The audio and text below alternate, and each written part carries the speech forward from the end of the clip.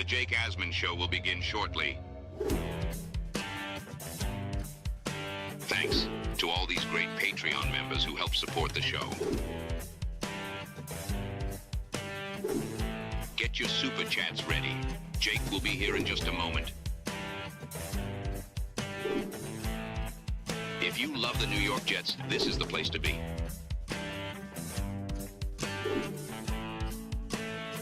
And now, the Jake Asman Show. Which Jets players helped themselves? Which Jets players hurt themselves with their performance Saturday against the Giants? We'll talk to Will Parkinson about that, plus the latest on the Jets 53-man roster, that and much more. It's the Jake Asman Show. Let's hit it and get it started. Man, AG's first training camp with the New York Jets is underway. We bleed Jets green each and every day. Will the playoff drought finally end? Kings of the offseason, baby. This is what we do. At least we have Garrett Wilson. We have Breece Hall. Please subscribe and hit the like button below. Super chat, baby. Cut the line. We have Sauce Gardner. We have Quinn Williams. Prepare to be underdogs. Now it's time to talk all things New York Jets. It's the Jake Asman Show. Here we go. Here on a Monday, we are presented by FanDuel. Bet on the Jets and the Eagles Friday night or any other sport of your choosing with our official sports book, FanDuel. Ladies and gentlemen, we had some tech issues on the first show, so let's get right to it on the second show. Not one, but two jerseys to make up for the tech issues on the first show will be raffled away at the end of the stream. Justin Fields jersey, Wilson, Gardner, Jermaine, you pick. Two people will win. If you were in the raffle for the first show, you are already considered for this stream, and anyone else who wants in on our double jersey giveaway gift throughout the program, and our weekly raffle will be first thing tomorrow morning. With that said, let's say hello to Will Parkinson, who has been a regular on the show for what is about to be our fifth season doing it. Will, happy Monday. This will be the usual time when the games count. Thankfully, that game on Saturday did not count. Yeah, no, Saturday was tough. All the momentum, all the Super Bowl tickets are now tank, and we're going to go 0-17. So, hey, we're here, and wouldn't trade a Jets fandom for the world, There's nothing like it. The passion, the overreactions, it's what we do. I thought you had a really good pod on your feed breaking down this game. I want your biggest takeaway from the game, and then let's go through some specific players who helped or hurt their chances of making the team and kind of what we think about them going into the year. Yeah, I think my biggest takeaways were a lot of what we already know. I think this was a lot of the running game's really good. The Jets have a really good secondary in terms of their corner room's awesome. I think the linebackers look really good. The offensive line, especially in the run game, looks really good. And there's some, bumps and bruises, obviously, with guys like Membo and, early on in his career in pass pro. I don't think, Jake, we really learned all that much. Aaron Glenn's going to hold guys accountable. He's going to be a refreshing press conference, a refreshing sideline interview. A lot of kind of what we knew. Justin Fields is going to struggle in the traditional vanilla preseason kind of action, from throwing the football perspective. I don't know. To me, Jake, I don't know that I learned a ton, to be honest. We learned, oh, wait, no, guess what? We already knew their defensive line depth wasn't great. Oh, we didn't think the Jets had, elite safety play. And guess what? They don't have elite safety play. You know what I mean? I don't know about you, Jake, but I don't want to be boring here, but I don't know that I learned a ton. It kind of confirmed priors, which is a lot of what the preseason is. So what is your level of concern, if you have a level of concern, with just the passing attack in general, not even just based off of the two series they played Saturday, but just the up and down nature that we've seen from Fields and the starting offense in that department throughout camp? So I don't know that my concern is more than I started camp with. I would say this is not going to be the 2099 Rams. This is not going to be the 2013 Broncos in terms of a traditional drop back, 4 wide receivers. We're just going to literally put up 50 points a game on you, and whatever happens, happens. I don't think, to me, that should have been expected, though. Jake, I think my issue is that, did the expectations from Fields change? When did he become this awesome NFL quarterback that all of a sudden everyone was I can't believe he was bad on Saturday?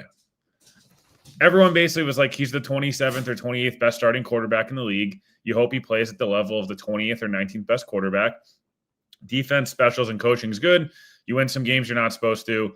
You run a light version of the 2018 Ravens offense with Lamar, where it was pre-Lamar, being able to see the field well and different things like that. A lot of run game heavy, not turn the football over, ground and pound, the whole thing. And Fields makes special plays with his legs. Brees and Garrett and Braylon Allen are guys that are able to kind of, take some, conventional plays and turn them into touchdowns. And like, you win 9 games and you break the drought. And that's like, isn't that not what we've talked about for 4 months? Because all of a sudden, my entire timeline, our Discord, my mentions, the whole thing was like, Justin Fields like looks nothing like Joe Burrow. Like, no offense, guys. Like, when did he become Joe Burrow? So my point being, the preseason is going to be a horrible snapshot of what Fields is good at. The Jets are not going to show you anything under the sun in terms of wrinkles to the offense, in terms of ways they want to get Garrett involved, ways Brees in the passing game, screen game stuff. They showed a little bit, I guess, against Green Bay, but it was they showed it once, you know what I mean? Like, they didn't show a ton, very vanilla concepts. Fields wasn't running. I think the only reason he ran the first game was like, I think it's like, go out there and kind of see how you feel. And with Tyrod going down, I think they're probably extra careful right now of Fields cannot get hurt, right? Before it was like, oh, Fields gets banged up for a couple weeks. You have Tyrod. Until Tyrod's back, Jake, whatever. So all in all, am I concerned? Of course. Dude, it's the worst part of their team. Their passing offense is going to be the thing that probably holds them back from being a potential, like, hey, they could be very much a playoff team. Now it's like if the passing offense can't figure it out week to week, like, it's going to be a problem some weeks. But I don't mean to be like, oh, whatever. I just don't know that I learned a lot from 5 pass attempts, and one was a drop, one or pass interference, whatever you're going to call it. A couple weren't great. And one was, Membo got beat within literally like a half a second. That's not going to happen all the time. So I don't know. I'm not panicked because I don't expect Fields to run 14 times in a preseason game. Like that, he's just not going to. Do you think that when the games actually count, Engstrand is, from what you've seen, what you've heard, is he capable of scheming guys open? Is he capable of maximizing the talent on this team? I mean, the one thing that to me was impressive, even in a game where there were way more negatives than positives, that one drive where they did score the field goal on, 10 rushes on 11 or 12 plays total. I mean, they were moving people, especially guys like AVT in the running game. I love what I've seen from Braylon Allen. I still believe in Brees. Isaiah Davis didn't play, but we know he's super, super talented. Like, do you have enough confidence in the coaching and what they do well, which is run the ball, to still be effective, even if Fields is not, taking that step forward as a passer? Yeah, because we've seen it. We've seen it. Pittsburgh do it last year, where I think the Jets have every reason to believe they're as good of a defense or close to as good. Yes, Mike Tomlin's obviously a much more proven coach than Aaron Glenn, but the Jets, you on the face of it would say, like, I personally would rather have the Jets O-line, Garrett Wilson and Brees Hall and Braylon Allen than DK, who I think is a little overrated. And, the Steelers running back rooms, Caleb Johnson, who's a rookie and stuff like Jake, on the face of it, Fields is in a better situation. So yes. And Arthur Smith, I think we know what he is, which is a pretty bang average offensive coordinator. Engstrand's done a good job. Everything I've been told since the draft was he was very involved in, like, give me guys and I'll figure out what they can do well. And I'm going to put them in positions. And again, I know this like sounds very trivial, but a lot of coaches, Jake, as Jets fans know, put guys in their system and then make them do what they want, not what the players are good at, right? Like Adam Gase, perfect example. Sam Darnold was not a good scheme fit for Adam Gase, and Adam Gase was like, I don't care, you're running my offense. Instead of saying, hey, Sam's really good at, half field reads, and Sam's really good at when the ball's coming out of his hand and really good in play action, but like he's terrible in standard drop back stuff. And they're like, Gase was like, cool, I'm going to run standard drop back stuff all the time. So yeah, I have confidence in Engstrand. I think he's shown things in practice of getting Garrett in motion in different bunch sets and taking him across the formation in different ways. And Brees Hall running different screen stuff and flat patterns to get him the ball out in space. I think he's done a nice job of some RPO stuff. We've seen Mason Taylor have consecutive days where, Fields kind of can tuck it, and we saw kind of a little bit of a version on the first play on Saturday night. Now the difference is in a real game, Jake, Fields probably keeps that and probably picks up 8 to 10 yards because there was no reason to, he didn't really need to throw it, but he's taking himself out of danger. And the second Fields does that a few different times. Teams are going to cheat up. Then you have stuff in behind. So do I think the Jets offense is going to be this beautiful, like, thing? No. Do I think it's going to be effective at times and other games they're going to struggle? Yeah, I do. I just think that's the reality of it. They can establish early. The defense can keep teams within bay with whatever their term is. Then I think the offense will be out fine. Again, this needs to be like a top 5 rushing attack and like the 25th best passing attack, but situationally good in the red zone and short yardage, which you having Fields' legs is the reason you feel confident they can figure it out a little bit. Will Parkinson is with us, weekly spot talking Jets. They lose to the Giants on Saturday, 1 preseason game to go. Before we get back to the game, Will, do you think that part of the reason the offensive starters only played those 2 drives is because we will see them Friday against the Eagles? Because if I were to criticize Glenn for anything, I felt like one more drive for the starting offense would have been good given how that game was going. Yeah, Chris Boyd, by the way, just went on IR. He was a guy who I felt like was going to be the core special teamer. Again, not a big deal.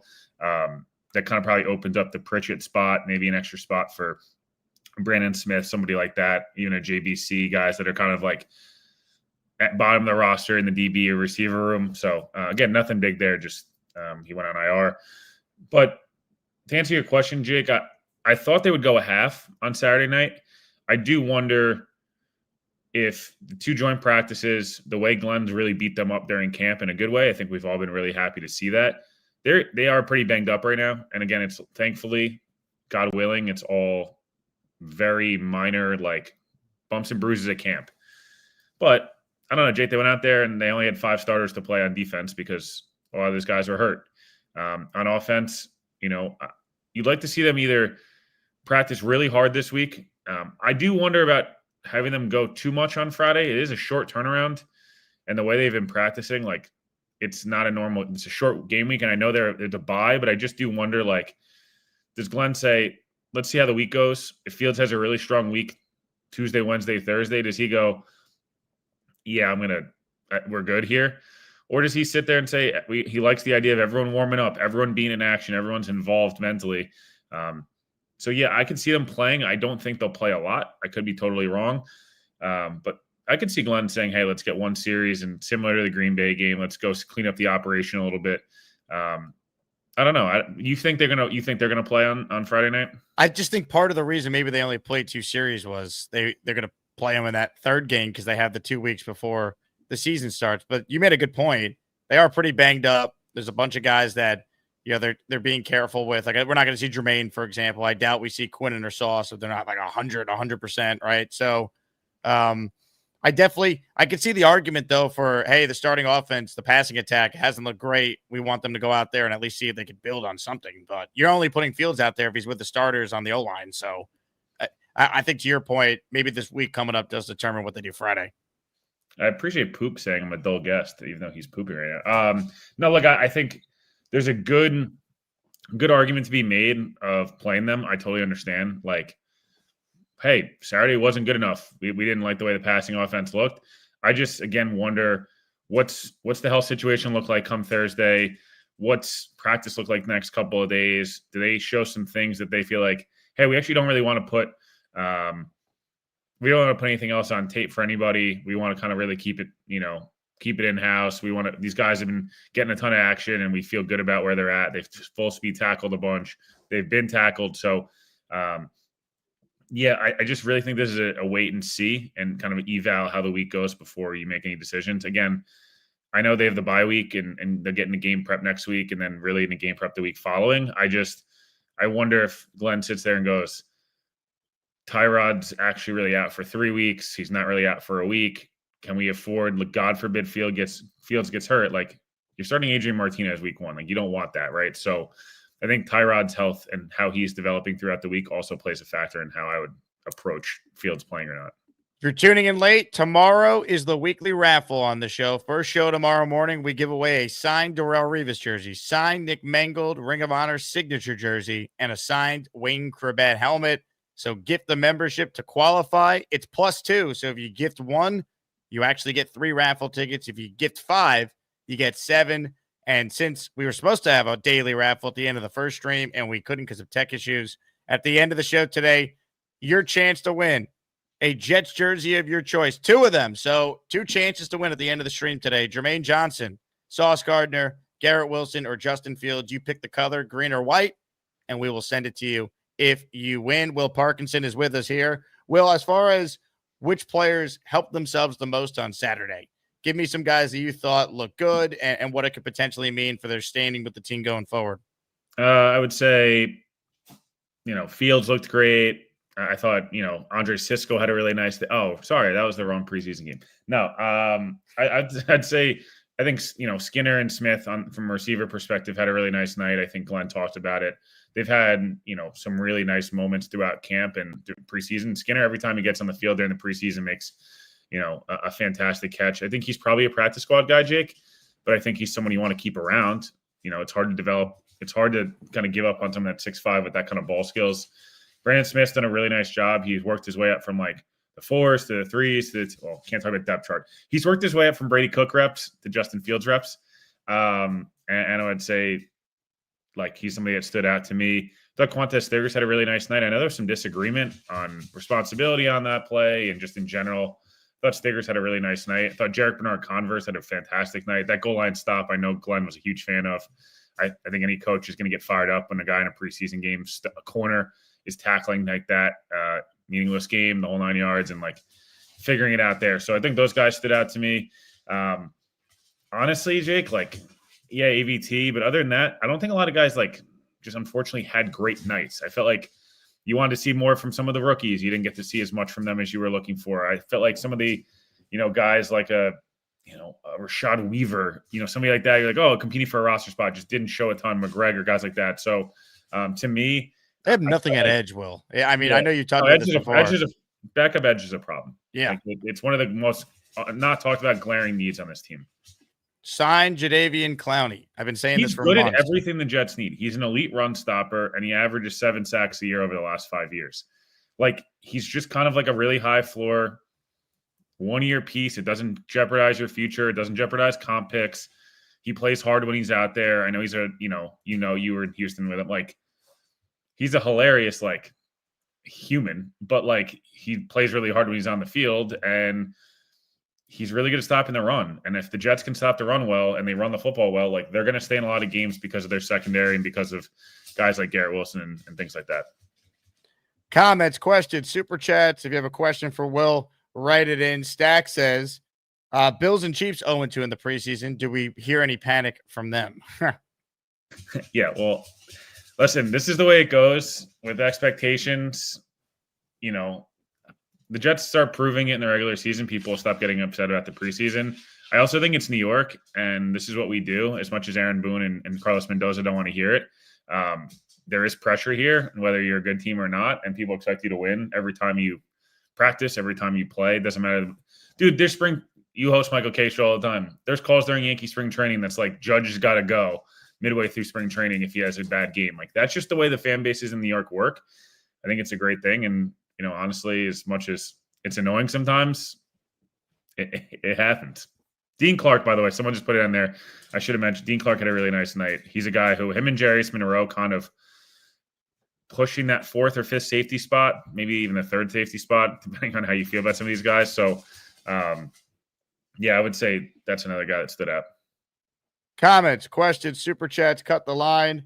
Ladies and gentlemen, if you tuned in late, we're giving away 2 jerseys at the end of the stream, and this is the last show to enter our weekly raffle. Will, I want to plug the Badlands live event that I'm emceeing on Saturday. You're going to be a big part of it, but tell the audience, tell the Asmaniacs why they should go over to the website that is linked in the description. That is badlandstoj.com and buy a ticket to your guys' kickoff party. Use code Asman so the Asmaniacs get credit for being there. But Will, what can you tell us about this live event? Because I want a bunch of Jet fans to be a part of it. Yeah, no, it'd be awesome. Definitely use, we wish we could have used code ASSMAN, just purely out of fun. But no, I think it's going to be an awesome night. We had a great time right before the draft. Joe and Connor will have their stuff. The rest of the Badlands guys, Paul, Meeks, Dan, et cetera. Jake, it's going to be his last Badlands show, actually. Who's been producing. He's very big in terms of New Heights Pod. But I'll have a couple special guests. I'll be doing a lot of season preview stuff. We'll be talking some Rangers, Yankees, Mets, Knicks, whatever it may be. Ton of Jets football, open bar, great venue. Jake will be there. Get to hang out with a bunch of awesome Jets fans, and it'll be a really good time. And, I think it's for a very reasonable price. So Yankees, Red Sox is on. I know the Mets have a big series this weekend as well. So, come out and support, and I promise you won't regret it. We got a lot of giveaways, too. Giving away sweet tickets, signed jerseys, lots of alcohol, merch, you name it. It's probably being given away. Ladies and gentlemen, use code Asman when you check out. If you buy a ticket, let me know, and I'll add 5 raffle entries for you for our next upcoming raffle. In fact, actually, I'll add 10. Price of the ticket warrants 10. I want you to buy a gosh darn live show ticket, right, buddy? Wow. What's the name of your dog? Leo. We got a Leo sighting on the pod. Leo. He said he wants you to buy a goddamn live show ticket. Listen to Leo, everyone. Listen to Leo. Brian Glick celebrates 8 months of being an Asmaniac on YouTube. He says Braylon Allen's looking good in the preseason. Get him more carries earlier in the season as teams are learning the tackle again. Go Jets. I do think there's something to that early in the year of here's a guy who's ferocious, ready to go. And that mentality the Jets want to play with can maybe catch teams off guard early. I mean, teams come out sloppy at the beginning of the year. Hopefully the Jets could use that to their advantage. Yeah, 100% agree. I think we saw it, Jake. I just think I've said this to you a bunch of times. I think I said this to you at the Combine. The Jets' path for success in a lot of different ways is mirroring a lot of what 2022 was. Elite defense. This time, hopefully, you're going to take the football away. Really good special teams. You just hope better coaching this time and a quarterback who's not going to totally poop himself, in every game. Like the Jets in every way should have ended the drought then. You felt really good about a lot of the core pieces, like start the season fast. You've been hitting all camp. You should be ready to go. These guys have been playing together. Like they should be well prepared for week 1. Can you get out to a 2-2, a 3-3 start and just give yourself some hope going into, Carolina, Cleveland, that kind of stretch of games where it's like, hey, can we get hot here and win a couple in a row? And we're feeling really good about ourselves playing. Like this is going to be the youngest roster in the league, them in Green Bay. Can the Jets who have the youngest roster in the league, young coach, sit there and be like, hey, we're playing, we're earning our stripes. We're getting competitive games in December because we started out fast or gave ourselves a chance, didn't dig ourselves a hole. The last 2 years, I know there was a lot more talent maybe than 2022, but they dug themselves such a hole it was impossible to get out of, right? Like even as last year was like 3-6, we were like, oh, can they get hot? And then they laid an egg in Arizona. I just think not having a lot of egg-laying games, staying competitive and getting yourself kind of earning your stripes late in the season, learning how to win, football games in December. It's going to be important for this team. And again, a great way to do it is to not be dog shit, in September. Wouldn't that be nice? Because look, you look at the first 2 games, you're at home in both of them. You have to find a way to avoid the 0-2 start. You gotta split, go on the road for 2, split, like stay afloat and allow this team to hopefully get better as the year goes on, as they're learning the system. I feel like 2-2 is not some like egregious thing. Like I think everyone's like, why can't they beat Pittsburgh? They were 4-3 with Zach Wilson 2 years ago. They were 4 the year before that with Zach Wilson, Joe Flacco, and Mike White. They were 7-4, 6-3, 5-2, whatever it is. You know what I mean? And like a lot of these guys were less proven, younger players at the time. My thing is like Miami's going to be very bad. That game should not be some like, oh, we're going to just throw in the towel there. Tampa Bay is likely going to be missing. There's a good chance Godwin's not playing and Tristan Wirfs is not going to be playing. Like that's one of those like, hey, can we steal them? Like this happened to the Bucs last year. Hot start, at home against Denver, very similar team to what the Jets are probably going to be, where it's like a quarterback that doesn't make mistakes, run the football well, scheme guys open, and really good defense and specials. Denver went down there and kicked Tampa's ass. Like, again, if you can split both those first, can you find a way to split? And then you get into Dallas and Denver back to back. Again, find a way to split that. I think it's Cleveland and Carolina and Cincinnati. Find a way to split it. You're at the bye 4-4, and everyone's going, hey, man, Cleveland right out of the bye. We haven't played New England yet. We still have Miami at home. I think, like, the schedule is not easy. The Jets are not going to be a world beater. But just there's got to be somewhere in there you feel like, let's just kind of find our way and stay around, be that pesky team no one wants to play. I know Tannenbaum, talked a lot about being the team that everyone plays, and after the week after they play the Jets, they're going to lose because they're so beat up. Like, that's a lot of what you want to see this year, is like a team that gives a bleep, for lack of a better term. I just don't know that the Jets have really had a team like that in a while. Eric says, what are your thoughts on Abdul Carter talking smack? My thoughts on Abdul Carter? Look at your screen, everyone. Look, those are my thoughts. Abdul Carter's going to be an amazing player in this league. But, like, what are we doing here? You got Chip, dude. Who cares? Get over it. Very Micah Parsons, very, like, I gotta have a comment on everything. A little too online. Great player, but he's going to be annoying. Like, I'm just telling you right now. I mean, look, he's an awesome player, but the way he acted, he made this thing a way bigger deal than he had to. Just ignored it. Who cares? No, ever been dropped. It would have been like done within like 2 seconds. But of course, he had to bring so much like attention to it that he ended up making himself look like a fool. Like sometimes you just let it go. It'll be well okay. Said. Well said. Ladies and gentlemen, the first person that gifted a membership during the show is Sushi Dave. So Sushi Dave, you are in the Asmaniac raffle for what normally would be one. We're boosting all memberships because it's our last show before tomorrow's raffle. So you're in for 3. Good luck. Talking about some other storylines, but specifically with the game Saturday, who hurt their stock the most? I want to start with just Corley. I mean, it's safe to say he's not making this team. I mean, my God. Yeah, I mean, he's a guy that he's in a lot of Brady Cook reps during his summer. So, I've talked about it since the live show and even before that last live show and back in April. Like, he's not making this team, and I don't. He's what do you play 8 snaps on offense, Jake? Late into the fourth quarter.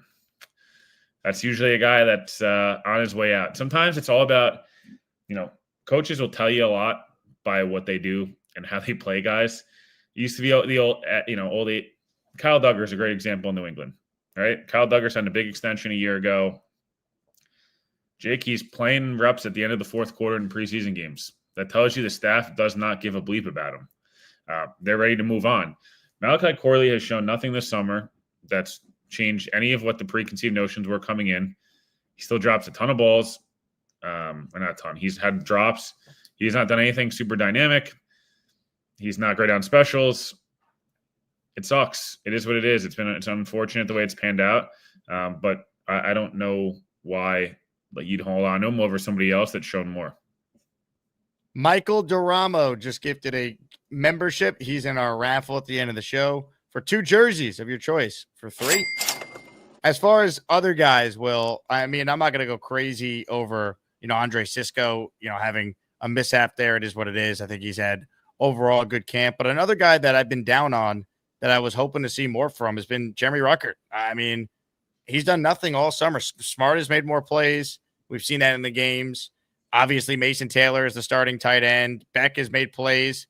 Is it possible that Ruckert could actually be waived? Because if his job is just to block, you mean to tell me they can't find someone on waivers next week that's just as good of a blocker? Like, what is the appeal with Ruckert at this point? Yeah, I mean, I think he, smart kid, knows the offense. I think has had nice moments at points this summer, but I don't know what's kind of happened, man. I really don't. He checks all the boxes of what you want at tight end. He's athletic, strong kid, 6'5", 250, the whole 9 yards. You had really good hands coming out of college. Like, looks like your prototypical really good NFL tight end. Wants to be here, Jets fan, the whole thing. And it's just like, I don't know what happened. Looks really good early on in his career, I thought, especially as that kind of second tight end. I don't know. I think he ends up making the team as the third tight end, but they've run him and Mason Taylor as their 12 personnel all summer. So I'd be shocked if they cut him just based on that. But he's not had the type of summer I was expecting, because he did put on weight again in a good way and came out, had a really nice spring, and just for some reason this summer, the last week or two, it's kind of just not clicked again. And I don't know if it's mental. I don't know what's going on, but he's a guy who probably makes the roster, but I just is not going to maybe make the impact we kind of all expected. Leo going nuts in the background there, Will. Dude, it's ridiculous. I love it. I love it. Hit the like button if you're just tuning in. Ask a question for Will, and we will bring it up on the screen. We're having issues with the coloring for memberships and super chats, but I'm checking the chat to make sure we still prioritize those for anyone who wants in on the conversation that way. Another guy that I was hoping to see more from, but I don't know if, the way the game went kind of dictated it, but Donovan Edwards, I thought if he had like a big time showing, maybe he'd fight for a spot on the team. But I feel like Nguanu's ability to run, Kene Nguanu, however you pronounce his name, I think he earned a roster spot with his kickoff ability. Your thoughts on kind of the last couple of decisions there, how many running backs they keep, and how it looks ultimately with special teams playing a role? Yeah, I've been on the Kenny train for a while. I know a lot of guys in that building liked him and wanted him activated at the beginning of last year, Jake. There was a large push, and the staff didn't want to do it. They were loyal to Gibson and guys like that. They activated him, and he had the touchdown first game activated. So, yeah, he's done enough, I think, to show on kickoff and at running back that he's a guy that should make the team. He's their best returner, and it's not particularly close. Edwards is a guy he's a perfect kind of camp guy that people know, right? Big name, big program. Everyone saw him and has flashes. At the end of the day, he's the fourth best running back, and he's the fifth best of guys that would contribute. And I think if they want to find a way to keep Beck, or they find a way to keep a sixth or seventh receiver, an extra DB, an extra offensive lineman, he's just probably the odd man out. I think he's a guy who likely makes the practice squad, and is a guy who we'll probably see at some point this year, Jake. And if hey, maybe Isaiah Davis can't get his way back, and for week one, and maybe he makes the opening day roster, but he's not. I just think him and Skinner are two guys who've impressed at points, but are more likely probably practice squad guys than they are, opening day 53 or even 46-man guys. Michael Levinson checks in, $10 super chat. He's in the raffle for 4. Hi, guys. Where do you think we absolutely need to go sign someone? Safety or DE? Jake, I was gifted a membership, and now I'm not in green anymore. Was it temporary? It lasts a month, Michael. Once it expires, you're free to get gifted another one. So make sure you have the settings on, and if someone gives you a membership, thank them for it. As far as his first point, Will, your thoughts? Do they need someone at DE or safety? I don't know that maybe they'll add safety in the waiver wire, but I would be surprised just based on the fact that they drafted more. They've got guys like Stevens and Stiggers who can play safety and in pinch. They have guys like Monroe, Clark, Adams, Cisco. They have a lot of bodies there. I think edge and receiver, the two spots where waiver wire probably makes the most sense. Defensive tackle, I just don't know if you're going to find any value there in the waiver wire. Maybe. The Jets have had success in it in the past, obviously, JFM and Quincy. But, yeah, I would say, defensive end, to me, feels like one where you could get a average third defensive end that would make you feel a little bit better, than having Michael Clemens and Tyler Barron playing 40 reps a game. Ugh, they just get nothing out of Clemens or anyone. Tyler Barron's done nothing all summer either. So that's why Clemens is playing people. There's no one they think that's better than him. That's why why they're talking him up, because there's no one behind him that's pushing Clemens. They need Jermaine to be Jermaine, and that's a huge risk coming off the Achilles to bank on that. Yeah, I know Jermaine says I'm a Ferrari and I'm going to be back, and maybe he will, man, but usually it takes a little while, and I think Jermaine's going to slowly throughout the year play more and more. I don't love the idea of Eric Watts playing 45 snaps week one. It just doesn't make me feel nice, warm, and fuzzy inside. It most certainly does not. Anything else we missed from the game from a stock up or stock down perspective that you want to hit on, Will? Austin McNamara has been really good all summer. I know there was one question about do the Jets have a punter? A couple weeks ago, it was the first fan practice, and I saw people McNamara sucks, and I'm like, I don't think he sucks. The Jets have kind of shown blind faith in him since the spring. So, yeah, I think he's one. I just think the specials in general. I know there's been a lot of conversation around Pritchett. I've seen it in the comment section. I see it in my mentions all the time. What are you guys seeing from Pritchett that we're not seeing? He catches every punt. He's extremely secure with his hands. He's got some juice. He's going to give you 8-yard returns, Jake. It's not going to be anything special. Fair catch or an 8 to 10-yard return. Maybe once in a while he'll break one. He's got the speed to do it. But I think if you're a Jets fan, you've experienced so much over the last 5-6 years of it's like a whirlwind when the guy's catching a punt. Gibson was a horrible, like he was very bad at ball security. Barrios obviously used to take, fair catches inside the 3-yard line. I just think like to a guy like Glenn, you want somebody like that to just remember the days of Rex Ryan having Jim Leonard back there. Like it wasn't because Jim Leonard was a dynamic returner. It's because he's like, I can't afford fumbling inside my own 15-yard line. So to me, I think Pritchard's a guy again that we don't talk a lot about. It'd be a cool story, if he does make the team. But yeah, I thought McNamara was one from special. Again, the Jets are going to play ball control offense. You got to field punts and you got to punt the ball well when it comes down to it. And both those guys have shown the ability to do so. Has your record prediction changed from 9-8 the last time I had you on the show? It is not. I just think I have to stay true to myself here. I think 9-8, they sneak in. The wild card game's probably pretty ugly. They stay in it, and kind of like Denver last year, where it's like they just don't have the offense to do it. But I believe in the staff. I believe in a lot of these young guys, this core of the group. I think it's just, can Fields be the 20th, 22nd best quarterback in the league, involving using his legs? And they steal a couple games. Like at the end of the day, Jake, I know Rodgers put up good numbers in a lot of ways, but I don't know how much better last year's team really was. Yeah, sure, Devontae. Yes, that's the big one everyone's going to point to. But outside of that, like, where are they that much better than they were a year ago? If anything, I would argue in some spots they're better now. And Brandon Stevens, by the way, another stock up guy. He's been stock up all summer. And I just think like easier schedule.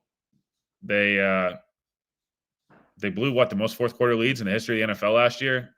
I just don't think that's going to happen again. The NFL usually evens itself out year over year, kind of turnover. So I expect them to be better, and I'm going to stick with 9-8 until not. Well, see you on Saturday at the Badlands party. Code Asman, get in there, folks. Lock it in. We had like 6 or 7 Asmaniacs there last time, and it was awesome. Got to crush some drinks, catch up and chop it up. So let's get 15 Asmaniacs in there, and next time I'm in here, maybe I'll give away something on the Jake Asman show. Ooh, a Will Parkinson giveaway. Give us your dog. Leo's awesome. I know. Leo. Okay, he's coming. He's probably humping a pillow. Well, see you Saturday, man. Appreciate your time. See you Saturday. Ladies and gentlemen, Will Parkinson with Leo making his Jake Asman show debut. How about it? Oh, yeah. I want to make sure we protect the prize that B-Man won. Look at this thing. And he's wearing the Brits jersey. You kidding me? Come on, B-Man. Help him out a little bit. Best we can do with B-Man. Captain Puerto Rico, away. What a night it was. Thanks again to everyone who came to our watch party Saturday for the Jet Giant game. Great turnout. V-Man winning the top prize while wearing a Breece Hall jersey. Pretty cool. Pretty cool. All right. Couple things here. 1, hit the like button. 2, subscribe to the channel right over here. 3, I'm going to get the membership in about 30 seconds. So if you haven't liked the video and subscribed to the channel, you're not eligible to get a channel membership. And if you get a membership, I'll put you in the raffle. At the end of this stream, I'm giving away 2 jerseys. You get to pick what you want. We'll have 2 winners. Justin Fields jersey, Garrett Wilson jersey, Sauce Gardner jersey, Jermaine Johnson jersey. You tell me which one you want. In green or white, we send it to you at the end of the stream. We'll spin the wheel of champions. Tomorrow is today, I should say, is our last show before tomorrow's raffle, which features a signed Revis jersey, signed Mangled jersey, and a signed Wayne Corbett jersey. Want to get to your calls, but first, let's talk about today's sponsor. That sponsor, Atlas, House of Atlas. Ladies and gentlemen, the Atlas Razor is a game changer when it comes to clogging. The U.S.-made stainless steel blades are spaced apart enough that it barely clogs compared to other razors that I've tried. That means fewer stops to rinse, a smoother, faster shave, and less frustration while shaving. This has been my go-to razor now for months. I'm excited to continue with Atlas. I use all their products. I'm not even just talking about the razor. I use their shave cream. I use their calming aftershave. It doesn't burn like old school aftershave I've used in the past. So big fan of all their products. And by the way, House of Atlas is now available at Target stores nationwide. So if you shop at Target and you want to try Atlas, you'll see it there. You also could buy it online, and that's where I come in handy with a promo code. Promo code Asman will get you 20% off site-wide and free shipping. It's my go-to razor, my go-to shaving cream, my go-to aftershave. That's House of Atlas, code Asman, 20% off site-wide plus free shipping, or check it out at Target, and you can find it there as well. Shout out to House of Atlas for sponsoring today's show.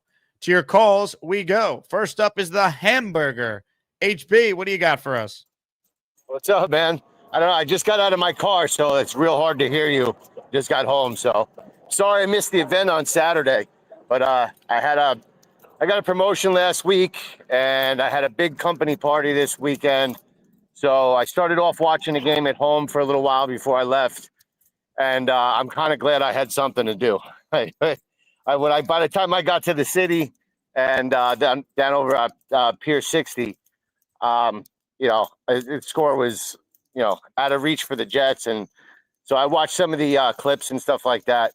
Man, they got a lot of work to do. I still don't, I can't agree with Will on the 9-8. I just don't see it yet. But then again, who knows? I am excited for the season. I'm excited to get football under the way. I'm also excited that the New York teams, even though I hate the Yankees, I'm excited that they're both playing a little better. I would like to see them play. Yo, what's up, man? Good, I'm good. Go tell I'd them you're on the Jake Asman hopefully show. make a World Series together Tell that guy again. to subscribe I think to my that'd be channel. pretty cool. But I see you guys had a lot of fun on Saturday. Hamburger, we had a great time. Good. You were missed. Yeah, I'm glad. I'm sad I missed it. I enjoyed the last two that I went with you guys, but I just wanted to check in and say hello to everybody. And I'm going away next weekend. I'm going on a cruise over to Bermuda, so with the family and the kids, that should be fun. At least this year, I'm not in a wheelchair and a knee scooter, so it should be a little more exciting. Enjoy. Yes, but as maniacs, Jake, I'll talk to you guys during the week before I get out of here. Hamburger, So. You're the man. Now, he brought up a cruise to Bermuda. That's where we're going next year, baby. The Gangrene Legends Cruise. I'll be joining a bunch of Jet legends, Jet content creators, and Fireman Ed on the first ever Gangrene Legends Cruise. We got a special running right now. If you book before week 1, that's September 7th, you'll save $500. Join me, Fireman Ed, Marty Lyons, Leon Washington, Bilal Powell, Chris Ivory, Kevin Mawai, Sean Ellis, Jericho Cotry. Potentially more players to be announced as well. Gangrene Legends Cruise. The website is cruisewithlegends.com for all the information, the itinerary, what you're paying for, the different cabin options. But $500 off if you book in advance. It is going to be awesome. It's May 30th through June 4th of next year. We go from New Jersey to Bermuda, and it is going to be absolutely epic. So I can't wait. Once again, cruisewithlegends.com, May 30th to June 4th next year. Cape Liberty, Jersey to Bermuda and back.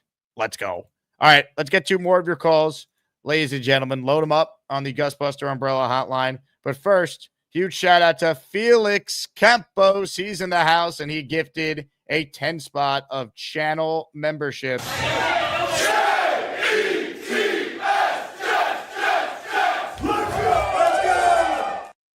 Felix, appreciate you supporting the show. Thank you very much. If you hear your name called, Felix made you a channel member. Ryan P, Dal Kyle 65, David Alice, Sonny 85, Josh B, Franco Augustani, Communication, JC Winkler, an Australian Jets fan. Oh, one more for you.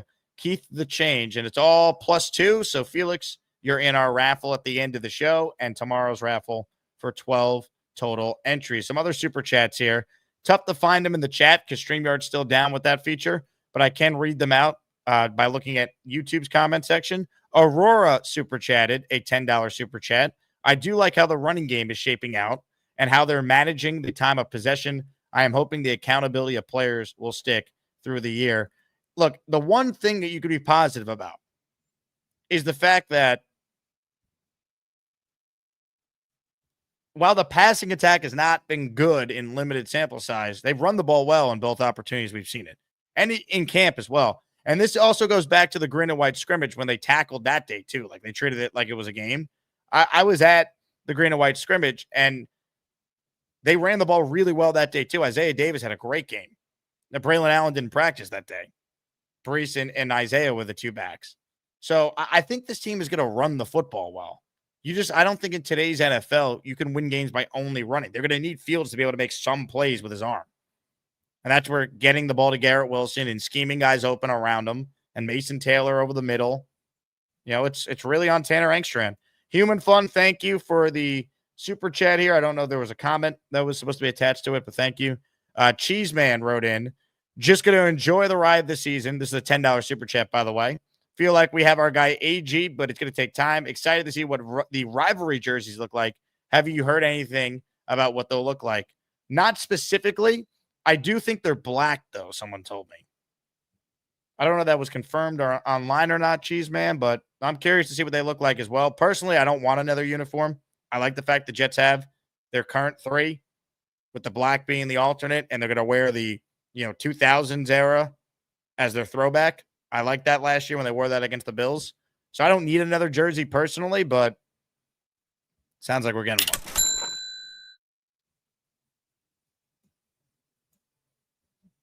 one. All right. Larry says play action of the fullback going to be a big part of our game this year. I mean, if you're relying on Andrew Beck to be a big part of your game this year, that's a problem. He's a nice utility player.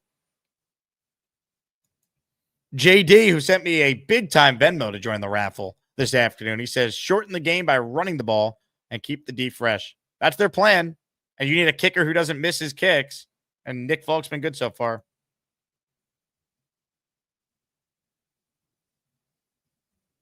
So time will tell there. More of your calls right now. Adam is next on the show today. What's up, Adam?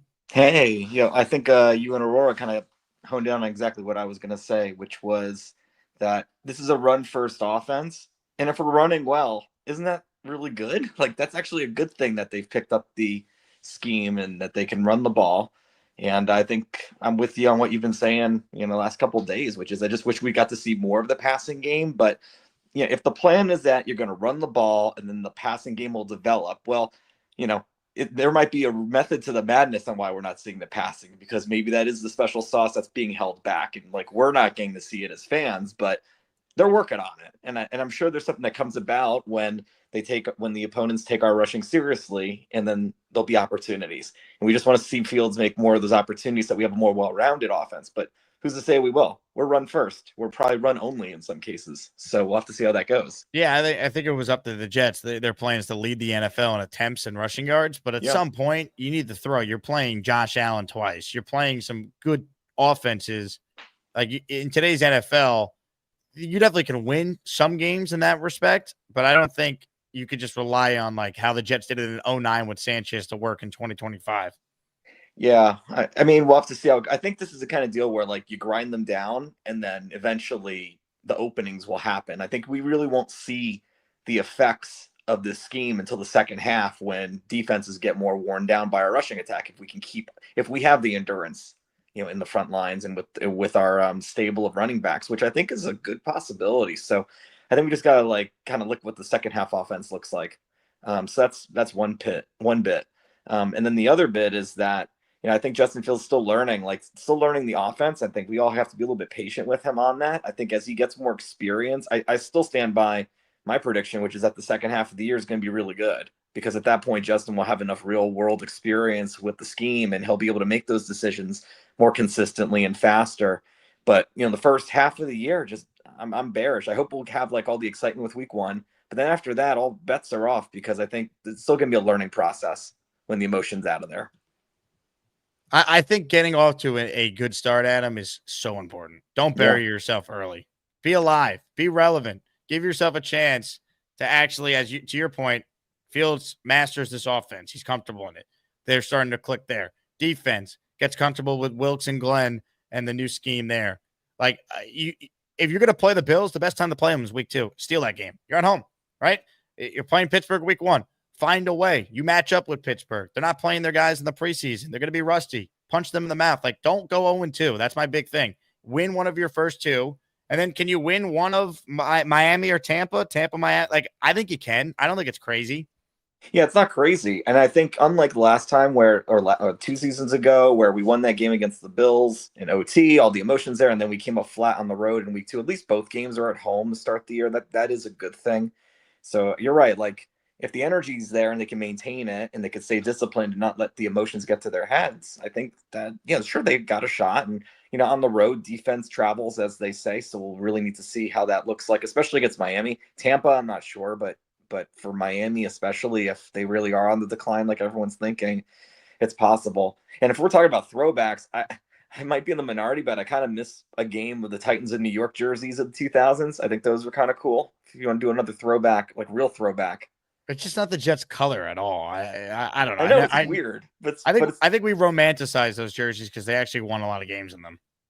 Maybe, but I mean that was a fun season when they were really wearing them. But that is 2000s technically. So if they wanted to do a throwback, they could do those throwbacks of the throwbacks.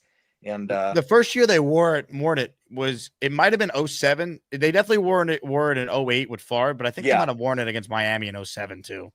Yeah, I think it was definitely a 2000s because I don't remember them using it at all in the 2010s, and I just thought those were really gross. But it was different. If they want to do something different, throw it back to the 2000s era. That was a part of the 2000s era from a uni perspective. So there you go. Yeah, fair points. Adam, good call. Appreciate it. Like if they brought that back, I'd be that upset. I think there's other jerseys they could do. I don't need more throwbacks. I like what we have currently. It's crazy calling the 2000 jerseys like that being a throwback, but it was cool to see Rodgers, Brees, and Garrett and Quinn like wear that last year. I thought that was fun. Too bad the team stunk. Too bad they lost that game because Greg Zuerlein couldn't kick and Tyron Smith committed the holding penalty in the fourth quarter after Braylon Allen scored what we thought was the go-ahead touchdown. But I digress. Mike Perez is in our raffle for 4 entries, +2 on all memberships and super chats that qualify. Do you see Garrett Wilson getting frustrated with all the run plays we'll see this year? I see us starting slow but ending the year strong with our passing game. I think Garrett's going to get frustrated if they lose. I don't think he's going to be like flipping out if he's not getting targeted. I don't think that's him. Like, I think he's a good teammate. He's obviously got a great relationship with Fields. I think Garrett will get frustrated if they lose. He wants to win. He's been paid now, so like it's not about like he needs the stats. Like that's not how I view it personally. Comments, questions, super chats, cut the line. I'd be remiss if I didn't shout out the 5 memberships that Seth Martinez just gifted. Seth, thank you very much for supporting the show, and this is for you. Oh, shit. Seth, your 5 memberships went to the following listeners: Joe Santabanera, Roy Kamoligan, Jay-Z Jet Fan, Gangrene David, and TV's Mark Francis. Congratulations. We're giving away 2 jerseys at the end of the show, folks. You pick. You want a Jermaine jersey? You want a Sauce jersey? Garrett jersey? Fields jersey? You pick. You can't win twice, so we'll have 2 winners at the end of the stream. More of your calls right now, ladies and gentlemen. Are people going to join his alliance, the Clifton Comrades?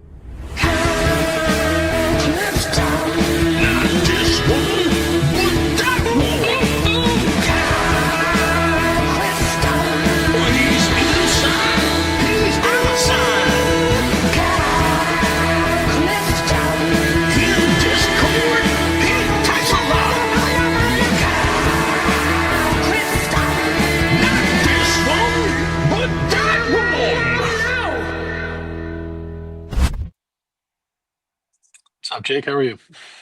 Mr. Clifton. I'm with you on the Titans era jerseys. It was nice while it lasted.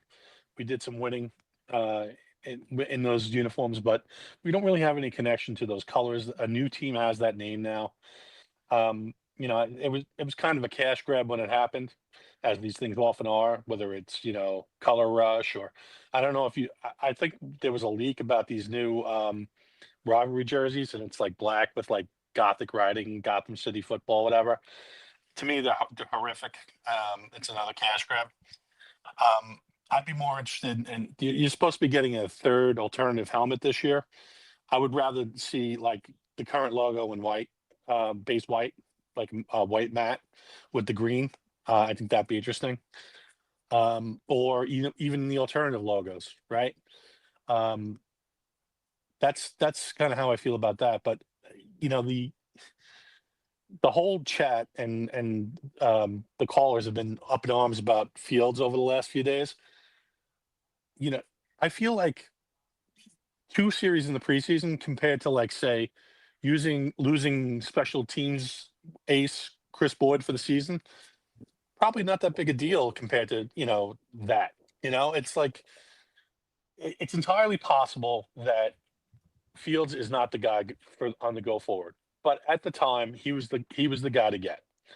So let's see if he can make some plays with the run. Let's see if our running game can open up some plays in the passing game.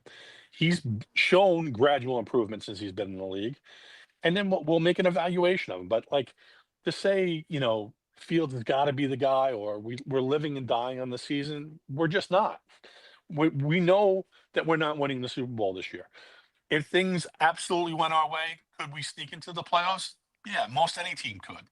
But let's just see if this guy who has physical talent can be someone who can be a guy that can be in our future plans, whether it's as a starter or as a backup. That's how I feel about it.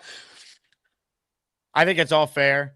I think people just want to be excited and they want to like believe. But the reality is, look what Fields signed for relative to other starters in the league who aren't rookies. Look at the fact he's on his third team in 3 years. Why? Right? And like chances are most guys don't have the career renaissance that we just saw Sam do or Baker. Like it's unlikely to happen. Doesn't mean that they can't still be competitive and win games with them. But if gun to my head, is Justin Fields the long-term answer? I would say no, and they're probably drafting a quarterback at some point in the first round next year. I think that might be a source of frustration with the fan base too, is like, we're saving some money on Fields, but we have almost 30 million cap space and it doesn't seem like it's being reinvested this year. And I think a lot of the fans would like to see it. Probably what's ending up happening here is they didn't love the free agent class and then they have an eye on 2026, and that's fine. My last point is just a thank you, because the postal carrier just did drop the Hawaii jersey, and I appreciate you getting it out and getting it out quickly. Thanks, Jake. I love it. Kyle Clifton, a raffle champion last week, won a Kevin Mawai autographed jersey for the Clifton Man Cave. Hey now, John with a big super chat. 22 entries for John. $100 super chat. Get your ass off my super chats. Some of these are gifted memberships too. Hey. The hell with it. John, you're the man. Thank you very much. We got you down. He writes in, preseason games I'm taking with a grain of salt. Offenses and defenses are vanilla. I do believe the Jets will be run heavy, but also believe passing game will be better than we've seen. Offensive coordinator will scheme Garrett Wilson open with rub/pick plays. O-line, I'm quite happy with. I'm very happy with the O-line. I do think we will see Garrett utilized in ways we've never seen him be properly utilized. A lot more motion, free releases at the line of scrimmage, set him up for just easy completions, use him in the screen game. They tried to throw a screen to him the other night, and, it was a mess of a play. But I do think they'll find ways to get Garrett involved. I just think they're a weapon short, though. I don't love the receiver room. I mean, Arian Smith looked good. He also had some drops. Like, you got the full Arian Smith experience on Saturday. He's a 3rd-round pick or 4th-round pick, a day 3 pick. Like, he's going to go through growing pains. There's no one else, though. Lazard's just a guy. Reynolds, a guy. Tyler Johnson, a guy. They really need Mason Taylor to be awesome as a rookie, and that's a lot to put on a rookie tight end. Not everyone's Bowers or Laporta. I do think they're going to be able to run the ball well, which will keep them in games. And I think the defense is much better than it was at the end of last year, for sure. I think the kicking game is way better. The punting game is way better. Like, they're not going to be one of the worst teams in the league. I don't believe that. I just don't think they're a playoff team. There's too many questions about the offense with Fields and Engstrand and Glenn. Like, there's too many unknowns. But I don't think they're a bad team. But I think your points are well taken, John. They're all fair. Big fella in the raffle for 4. He super chats with this $10 one here. Is it fair to be concerned with Muji not addressing obvious needs like DE and wide receiver 2 after what we went through with Douglas doing the exact same thing? Also, how many alliances are on the show now? It's a great question. As you write that, big fella, Boomtown wrote in, forget about the alliance, join the Boomtown Brotherhood. So this is taking on a life of its own. As far as your first point, I'm not going to criticize Muji yet. Let's see how this year plays out. Yeah, I think they're just basically churning over the roster in year one, trying to find some diamond in the rough players. Maybe they found a guy like Tafili in that role. Maybe they think Jermaine's actually going to be a lot closer to what we think he'll be right away. I don't know. I think the wide receiver 2 criticism is fair, though, because I've had this criticism the entire offseason. That was part of my argument for keeping Rodgers, by the way. It wasn't just Rodgers here. It's you also have DeMonte. Now you have neither. So now you're going to have to find ways to make up what those guys brought, and that's where the coaching comes in and being able to run the ball well and all that. I'd sign Jadeveon Clowney today. But I've been saying this for months. They don't listen to me, so. Another alliance out there, the Dixon Dominators. I don't know about that one.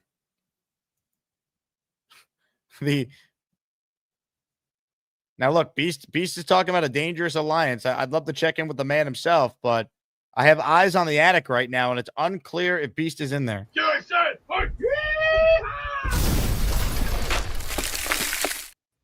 Beast, you there? Beast? Get out of bed. Get out of bed. I'm going to sound the alarms. Everyone, cover your ears. I'm going to give you a warning here. Alarms are being sounded now.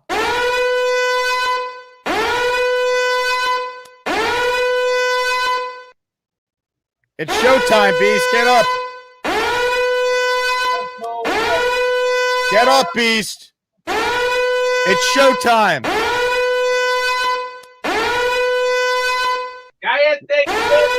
We got bills to pay.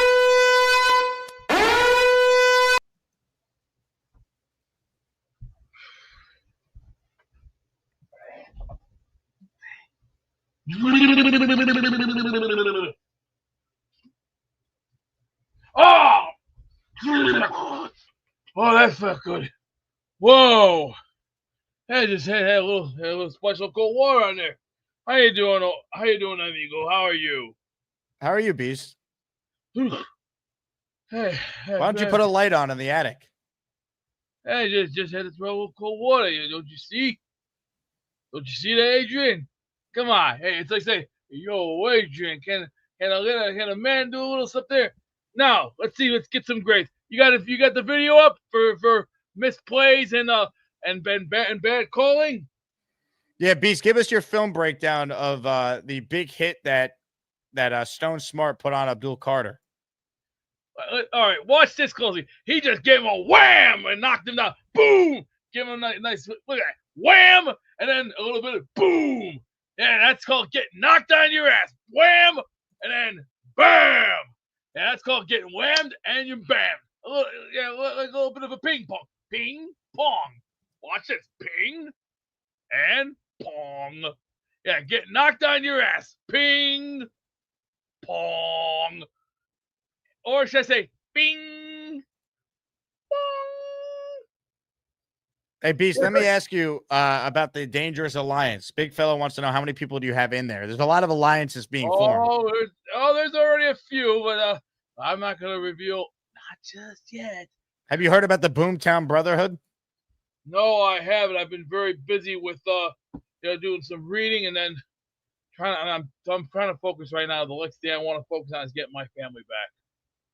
I want my daughter back, and I want to see my grandkids. Where is she? Arizona. But it's gonna take time because it's not as easy as it looks, especially in this era. This day and age is a different world. Things are very different. Pat Rich would like to join the Beast Alliance. Are you willing to come on that ship? If you want your shot, come take a walk with me on the other side. Come on to Discord, and I'll run it down for you. You got a question? I'll take good care of you. You take care of me, I'll take care of you. Thumbs up. But how about that one other play? Do you remember that one play when the Giants went right through us, right to the end zone, and I'm sitting there going, doing. That's what you were doing when you were watching the game? My eyes were ready to pop because when the Giants went right through us, I'm just sitting there going, my eyes were ready to go.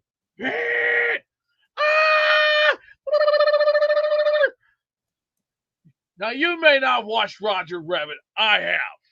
I watched the movie, but I might not be the cartoon version of Roger, but the one guy Charles.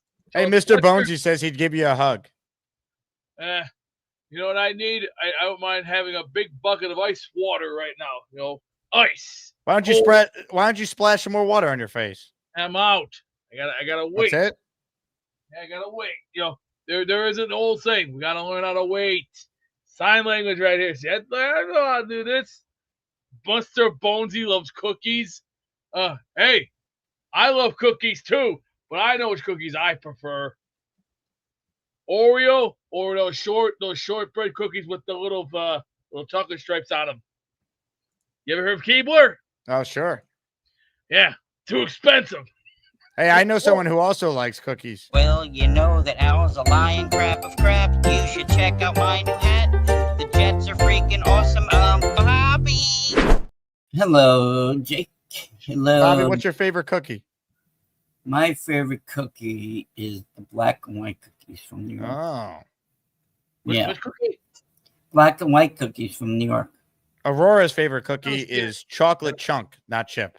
Yes! Hello, Aurora. Oh, can I say congratulations? Congratulations, Aurora. You know why I'm saying congratulations? Why don't you tell everyone, Bob? I know why. I know why, too. Well, why don't you share the news? She's engaged to Wesley. Yeah. The question. Yeah, Wesley, we love you. We love you, Aurora. I love you guys. Oh, yeah. Congrats to Aurora. Hey, congrats on the sex. Hey, what's the word that you always come up? What's the word that the food you come up with? Gabagoo. What is it? Gabagoo. We say gabagoo. I was watching the Giants commercial. They used that word on that commercial this weekend. Gabagoo. Yeah. All right, good. So how's Jake doing today? Bob, did your Garrett Wilson jersey I sent you arrive yet? Don't think so. Is it going to go through the mail, right? Yes. That's how it typically works. I'll check my mailbox tomorrow. Okay. Yeah. No, you sent it to my address or Mikey's? I sent it to yours. Okay, good. I'll give it to Mikey. I did want him to win, so. Beats, is your alliance called the Girthquake Alliance? The Girthquake. Oh, come on. Really? Who's that guy who typed that? That was Mike Dems. Mike Dems. Be nice. Hey, Bobby, whose alliance are you joining? Are you joining the Dangerous Alliance with Beast, Clifton's Comrades, Boomtown's Brotherhood? I'm joining the Beast. Hey, Beast, what is our alliance sign, by the way, in the Dangerous Alliance? Sign this? Is that the Undertaker, too, right? Dangerous Alliance takes no prisoners. Yeah. Hey, we no prisoners. You know why? Playtime's over. Time to get serious. Time to eat. Men who don't want to get, with real champions. What are we eating, Beast? We take no prisoners. We take pain, suffering, and screaming for your last life. Oh, shit. Peace, thank you. All right. Open phone lines for anyone who wants in. Get your raffle entries in. Tomorrow morning is the big one, the weekly one. 3 prizes. Corbett helmet, signed by the man himself. Mangold signature on a Nick Mangold jersey. Ring of Honor signature. Signed Darrelle Revis jersey, which finally arrived today. So the timing actually worked out well that we're doing the raffle tomorrow. So I could send the 3 winners their prizes after the first stream tomorrow. More calls right now, ladies and gentlemen. Let's say hello on the Gusbuster Umbrella hotline to a man that calls in. And what I like about this man is that he always supports the sponsors. Purple about Mike, he loves the dark knight. He's got a green pool and he jumps right in. Maybe someday he'll get a brown belt, but for now he's just that purple belt Mike. Purple belt Mike, it might be purple, but he can still kick your dirty ass. Promo code. What's the promo code? Is it Jake Asman? Promo code. Come on, Mike. You know this. You got this. Asman 20. Promo code. Promo code. What is it? Come on, you're right there. Jake Asman 20. There you go. Hell yeah. Chubbies, baby. Check it out. Promo code Jake Asman. No, it's just Jake Asman, by the way. I double checked it for you. Promo code Jake Asman, you get 20% so I off. was right the fucking first time. Were you? I don't know. I was stalling because I didn't want to say the wrong promo code to the audience. I wanted to confirm it first, but I'm glad they arrived. They just arrived, yeah. So the next thing is when I get the Beats shoes. I'm the first one to get the shoes, right? You are the first one that got these shoes from Beats. Custom Beats. Yep. Hell yeah. Beats Apparel. So when those come, whenever they're done, I'll show them off too. I have the same shorts, by the way. They're awesome. I have the other shorts too, but they're in the dresser. I got them a while ago. That's when you first had the I think announced Chubbies. I'm pretty sure. Yeah, I think that was last summer already almost. God, are they a year old already? Holy shit. Yep. I've never worn them. I got pissed off, I guess. Also, is Tom Brady 12? Is this Patriots 12 under a new name? Is he calling himself? Is that him? That's Patriots 12. That's the original, dude. Tom Brady 12 is your YouTube name on a Jet show. Just embrace 6 rings. What's wrong with you? This guy can't even be a villain, right? It's weird because he'll call in as 6 rings, but his name is different. Oh, yeah, throw it over here. PBW with the assists. Here you go. These are the other ones you can get. These ones are sick, too. Check these out. Did you just take that out of the laundry for you? Yeah. She got it for me. You know who's really proud? Bonesy? Gary. Oh, yeah. Hell yeah. Well, support the sponsors, everybody. Let's go, Jets. And Chubbies. Promo code. Jake Asman. Hell yeah. Yeah. Ladies and gentlemen, Purple Belt Mike. A legend. You get the fuck out. All right. Hit the like button if you haven't, by the way. Comments, questions, super chats. Reminder, you can get the show in podcast form, Apple or Spotify. If you leave a 5-star review, I'm going to read the funniest ones on the show every single week. So there's a couple of them that have already been posted, which is great. So I'm looking forward to that segment. We'll either do it later this week or first thing next week. But support us, and I will read it. This was a review I'm going to read right now to give you guys an example. This was on Apple. I haven't checked Spotify yet, so I'm just looking at Apple. Ready for this? Great show all around if you love the Jets. Also a great show if you love Harry Potter. The show features a wizard straight from Hogwarts nearly every show who has tons of salient Jets points. The show also features callers with a little GI control and frequent flatulence. If you do tune in, ask for little Joey. He's the sacrificial figure that will lead us to the Super Bowl. Highly recommended. So that is the first 5-star review from Ray Winter that I just read on Apple. So shout out to you, Ray. Open phone lines for those of you who want in on the conversation.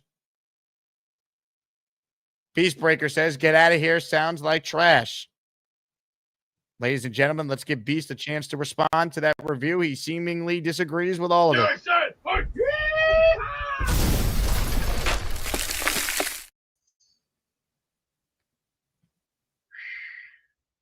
That's some pretty bad trash.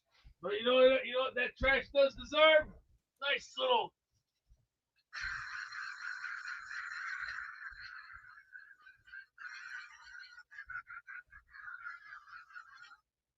fresh.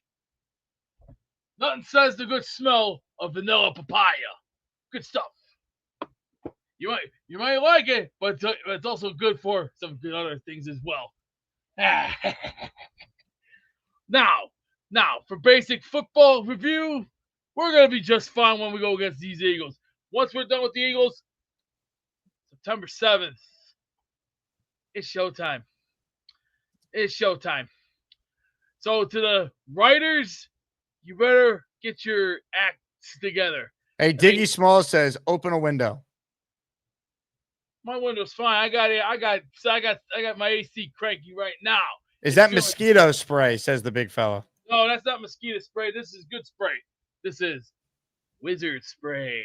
Fresh, vanilla papaya. Good stuff. You can get those. You can get these at Dollar Tree for $1.25. But there's only one thing I'm allergic to, and that's lavender. I can't have lavender. Ugh. Really? No. Reaction. Allergic reaction. Same with seafood. Can't eat it. I'll break out in Jay hives. says a wizard straight from Hogwarts.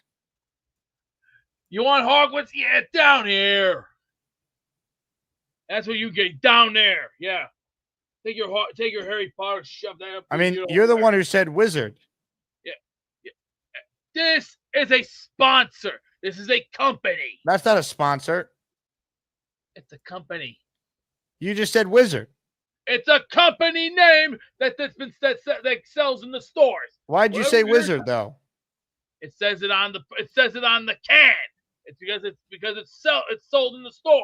That's why I buy a bunch of these, because when you're sitting. Wizard and magical fart blasting.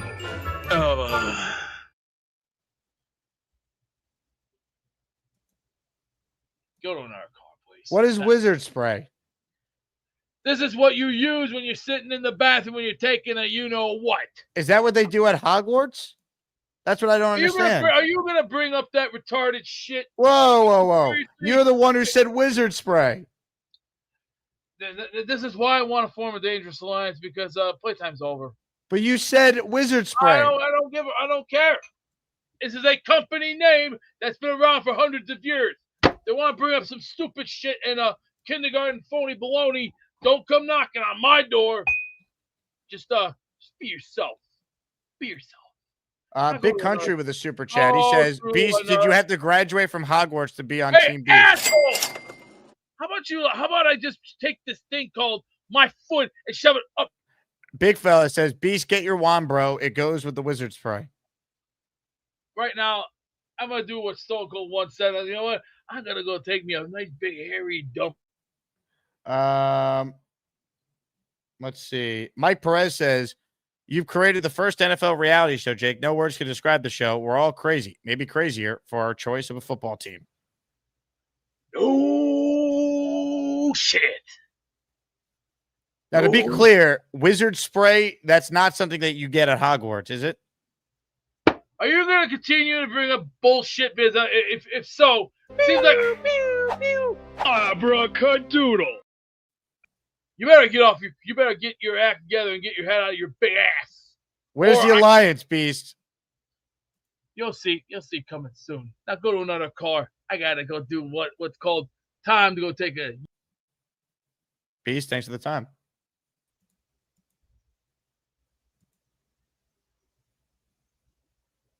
Yeah. Ladies and gentlemen, he's gone. Wizard spray, man. I never heard of that. Robin has gifted a membership. Here's what's so weird about StreamYard today. They've been having issues all day. So Robin's gifted membership came through like this. If you're watching the show, it doesn't come up in colors. But the Hamburger gifted a membership, and it came through normal. So I have both Robin and Hamburger. I got you down. John LG, I know you also gifted a channel membership. I got you down. I'm trying to keep track of all the raffle entries here because this is our last show before our big weekly raffle tomorrow. So you still have chances to enter till the end of the show. Thank you to Robin. Thank you to Hamburger. Thank you to John LG. Six Ring says, can I get some shoes, Jake? I mean, I'm not giving you anything. But if you do want shoes and you want to support a local Jet family-owned business, beachcustoms.com. Now, I don't know if Kyle is going to make you Patriot shoes. If he does, he's a better man than me. Because I'd rather not make money than make someone Patriot shoes. But this is his business, so I put the link in the live chat if anyone, aka you Six Rings, are interested. Kyle writes in, I imagine there's very few YouTube call-in shows where callers announce their intention to go to the bathroom properly. So there's that. That's a good point.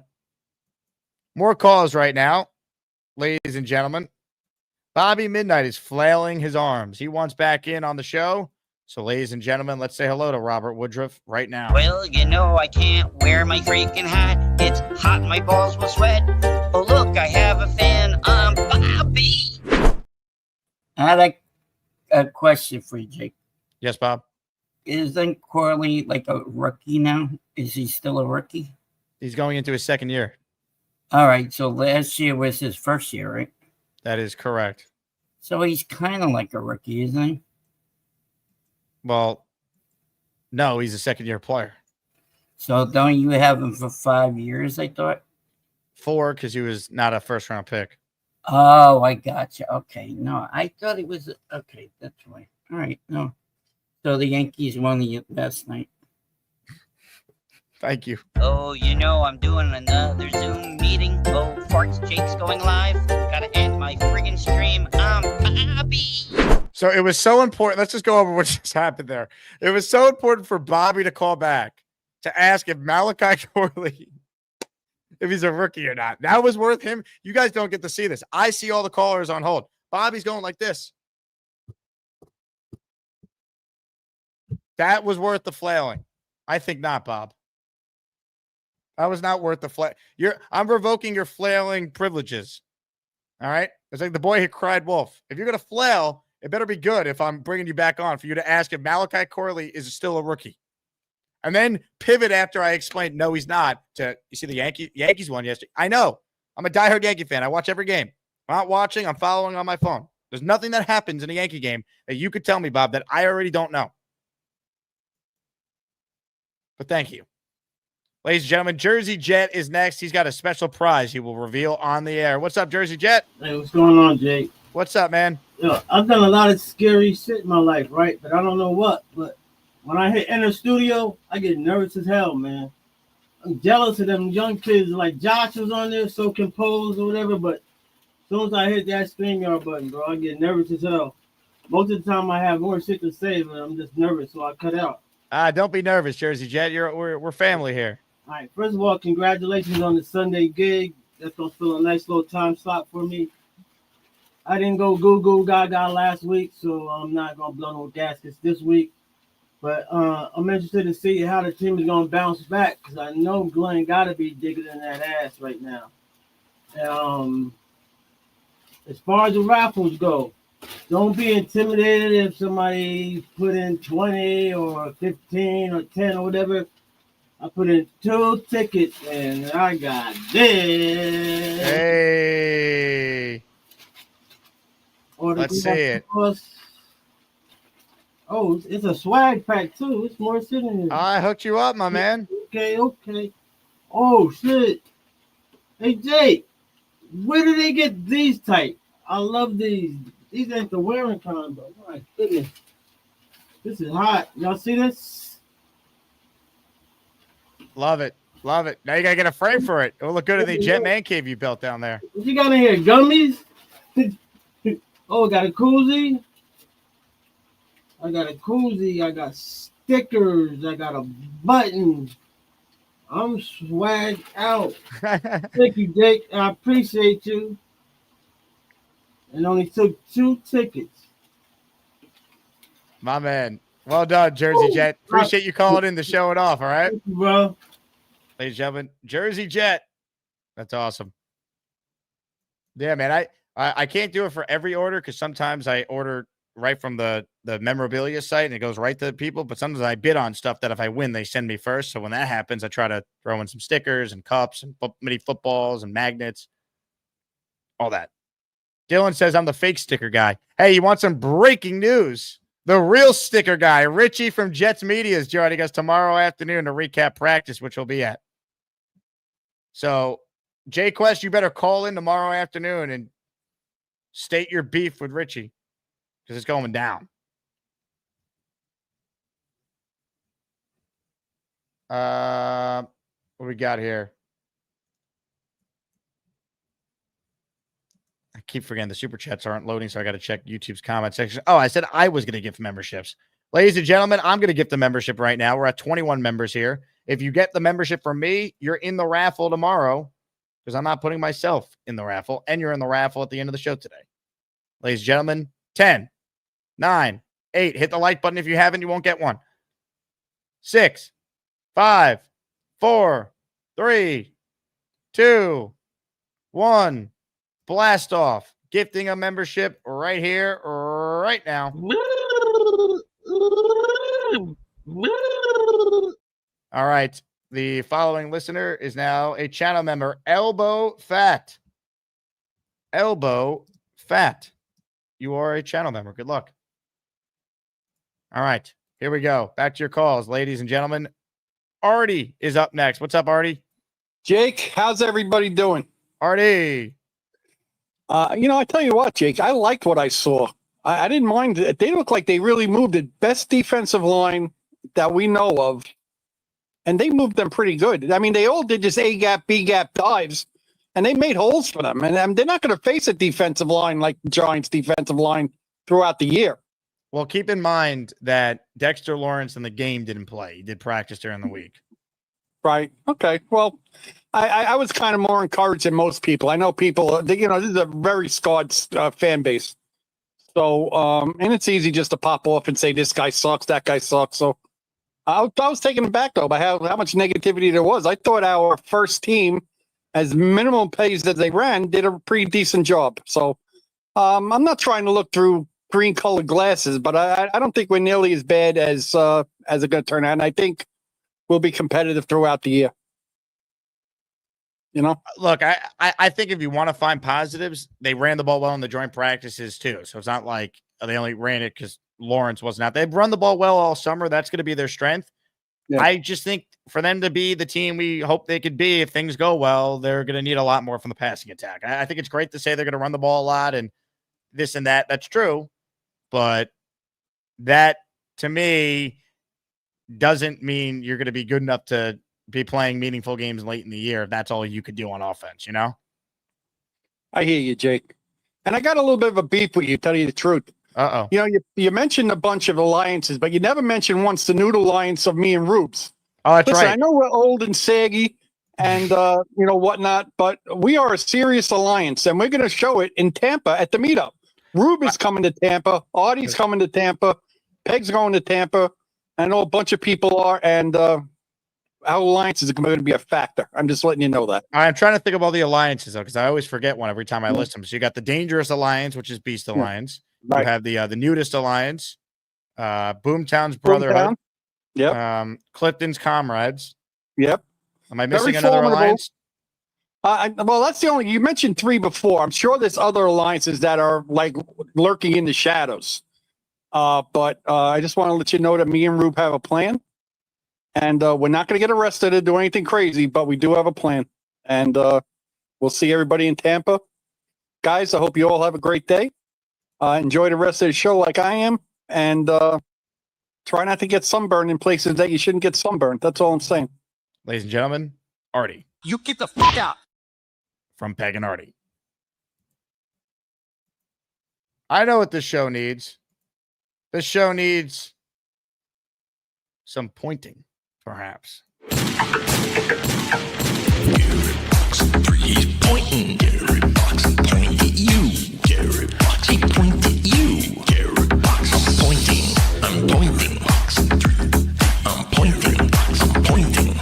Gary Box point at you. I point. Yo, Jake, what's up, my dude?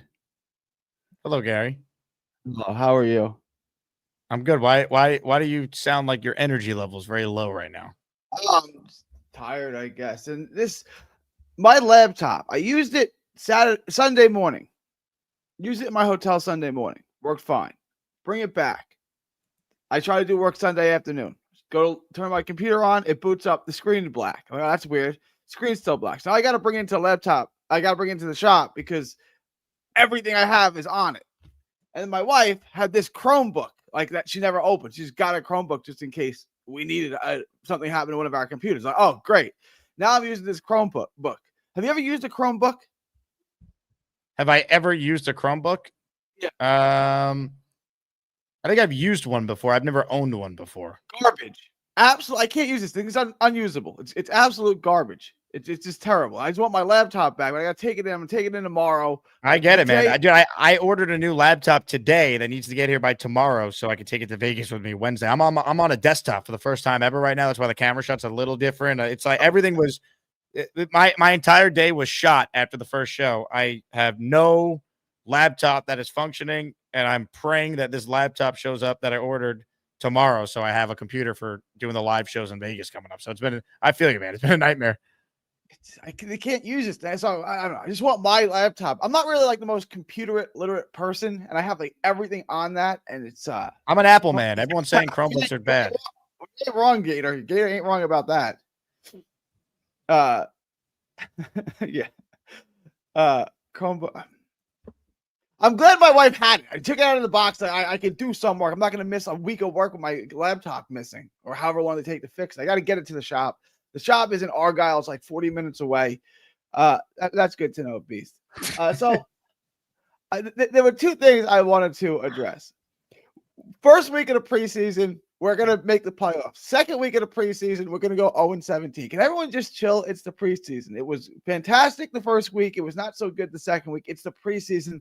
None of it really matters. None of it really matters. The Bills lost, what, 38-0 last night? Are there fans saying we suck?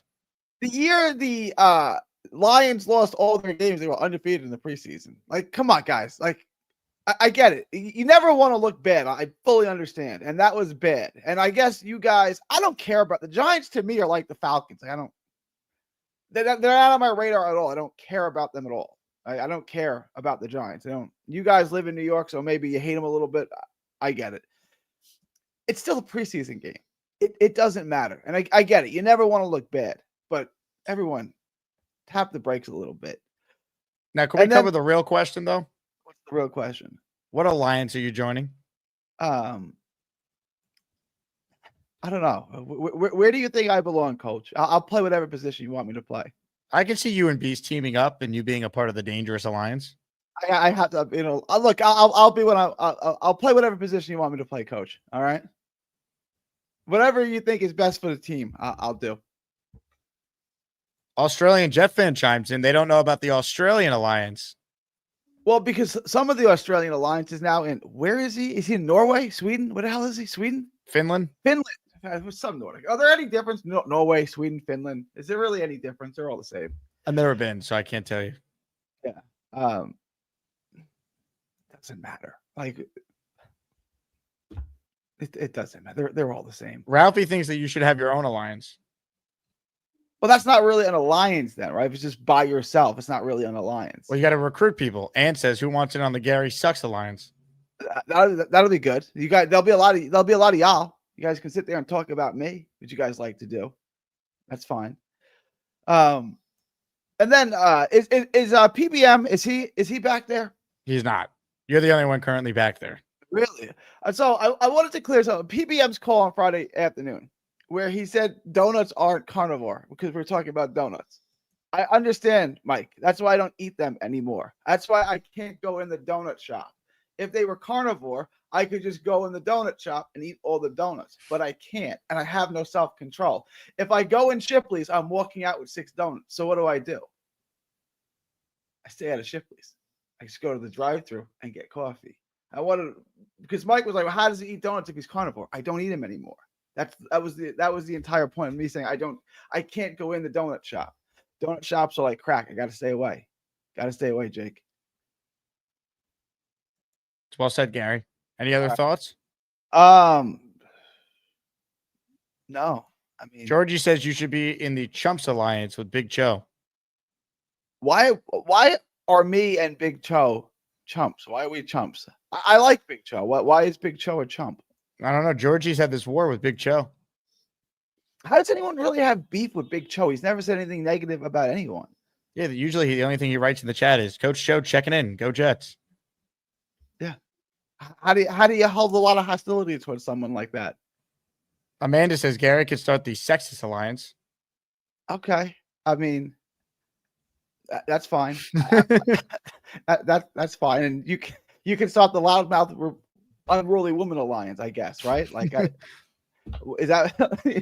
I don't know. If I'm sexist, that's fine, and she's a loudmouth unruly woman. Stay away from the unruly women, Jake. They're no good. How do you know she's a loudmouth? From her comments. So one comment that you've determined that she's a loudmouth. What did you say? She's unruly. Is that what you said? Unruly, yeah. She's unruly. She's not one you should date. You should stay away. Interesting. Yeah, you should stay away. What was her name again? Amanda. I don't know if you determined all that from a comment saying that you should start the sexist alliance when you're on record saying some things. Where I said it's a good thing that I don't listen to women, and then you said it's a family show. You cut me off, and you were on with Connor. I said it's a good thing I don't listen to that. That was her. I'm pretty sure. I could be wrong, but I think it was her. So that's two comments. That's two comments. Mike says, "What about the misogyny mob?" I'm not a misogynist. I don't hate women. Like, you guys don't know what misogyny means. Misogyny is definitionally means you hate women. I don't hate women. I married a woman. By the way, today's Decker's and Duke's birthday. Happy birthday to Decker and Duke. She's out. Where's Decker? She's got cheer practice. And then she's going out to dinner with her cousins, and she's getting her nails. She's gonna be out until later tonight. She's getting her nails done with her cousin and my wife, and then they're going to dinner, and she'll be back. Mike D's Nuts says the sassy sexist. Sassy? You were calling me sassy? Okay, Mike, you're sassy. It's not the sexist part that I find offensive. It's this. You're calling me sassy? Come on now. There's nothing sassy about me. That was who said that? That was These Nuts that said that? Mike D's Nuts, yep. The narcissistic nightmares. I don't even know what that's in reference to. What is that in reference to? Dylan says, doesn't know her name and she's unruly. LOL. Classic Gary. How would her name matter whether or not she's unruly? How would her name make a difference? I've seen her before. She pops up and she usually. Ralphie says, my wife might divorce me after 31 years, but I'll join the Gary Alliance. I don't want to see you get divorced, man. What God brought together, let no man separate. I don't want to see you guys get divorced. You guys, 31 years. I don't even. So you guys, I would imagine, are at least in your 50s. All right, if you've been married 31 years, why not just fix it? Just figure it out, right? Like, you've been together for 31 years. You made it to your 50s. Whatever ails you, you guys can fix. Peter Castro says he's starting the Italian Alliance. Okay, I'm cool with that. As long as I don't have to be in there with Brigga.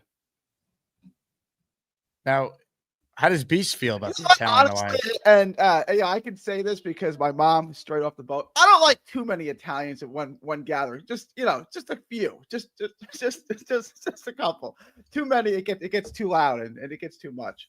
Amanda has responded to you. She says, God forbid a woman has an opinion. Yeah, that could be very, very dangerous. You should, have a man. You should have your husband or your father explain these things to you and then speak for you. A woman having an opinion can be a very, very dangerous thing. So that should be avoided. And you say you're not misogynistic?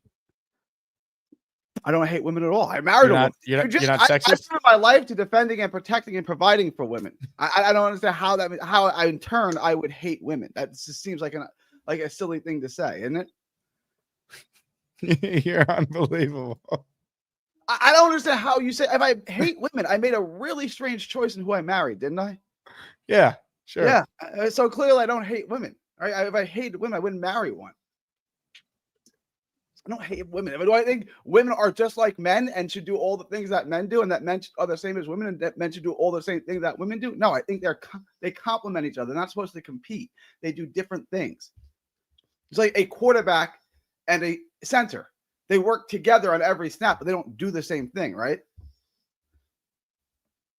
Diggy says Gary doesn't hate women. He just doesn't respect them. I respect women. I don't get where do I? You don't think they should have opinions on anything? I think that's very dangerous. I think if a woman having an opinion could be a very dangerous thing. I think. What about a man having an opinion? What was that? A man's opinion could be dangerous too. An opinion on what? Like my wife wants to decorate the office. That's fine. Sure. An opinion on what? I suppose. I guess is Gary. I don't know the last time you looked up the definition of misogyny, but it's dislike, contempt for, or ingrained prejudice against women. Dislike and contempt is the same thing as hatred. Misogyny means the hatred of women. I don't dislike women. I married a woman. I don't have contempt for women. I married a woman. It doesn't, the comment doesn't make any sense. It's a word that you heard that people misuse. If you want to call me sexist, okay, maybe, probably define what you mean by that. You clearly have prejudice against women, sexist, misogynist, Gary. That prejudice in what, right? Like, how? Explain what you mean by that. It doesn't mean prejudice against women. It means hatred, contempt of women. That's what the word means. PVW thinks your wife hates you. Okay. I mean, purple belt Mike. Oh wait, that's purple belt Mike. Purple belt wife thinks my wife hates me. Why would my wife hate me? My wife. David D says Gary for president. At 3:00 in the afternoon when my wife's out shopping, say, "Hey baby, I miss you so much. I can't wait to see you tonight." Like, my wife hates me. Okay. When you take your wife and you solve all of her problems and you make her life better, that woman will love you. I'm just letting you guys know that. Ryder says Amanda's definitely a catfish. Definitely looking for Gorman. That was kind of my initial inkling too. I thought so too. I think that may be the one that got the $700 out of Charles. Ricky NY says Gary thinks women should be subservient. What was that? I think they should be submissive. I think wives should be submissive to their husbands. That's what I think. No, my wife should not be subservient to you. My wife should be submissive to me. Gary thinks he's living in 1800. I mean, I think I'm living in 2025. I do think that we live in a completely degraded society that is completely degenerate mostly because of feminism. PBW got pissed off thinking her opinion doesn't matter and shouldn't vote. It's not that her opinion doesn't matter. She should get her opinion from you. You should be the leader. You should inform her.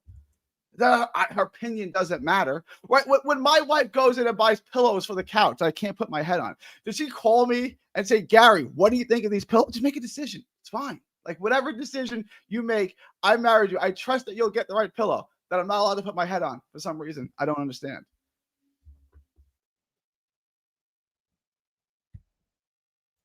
You sound dumb, Gary. I sound succinct. I sound intelligent. I sound brilliant. I'm spitting facts, man. I'm sorry that if you don't like the fact that a woman thinking for her own and having her own opinion can be very, very dangerous. Can be very dangerous. Gary, you said a lot, most of which I think is insane. I'd say thanks for the time today, but I don't mean it. All right, I do appreciate the time, Jay. I appreciate that was fun. People like Amanda bring out the knockouts don't matter if you land enough jabs. I'm actually amazed no one's saying Gary to the hole during that. I was waiting for it. It never came. A couple memberships I do want to acknowledge, though, that came through before the string of calls. We had a 10 spot from our guy, Julian. He joins our raffle at the end of the show for 12. I'm giving away 2 jerseys, right? You pick what you want. 2 chances to win. Fields, Wilson, Gardner, Jermaine. Those are the 2. We give it away at the end. Julian, first things first. This is for you. Oh. Meant to not play that, but that's funny. Meant to actually play this.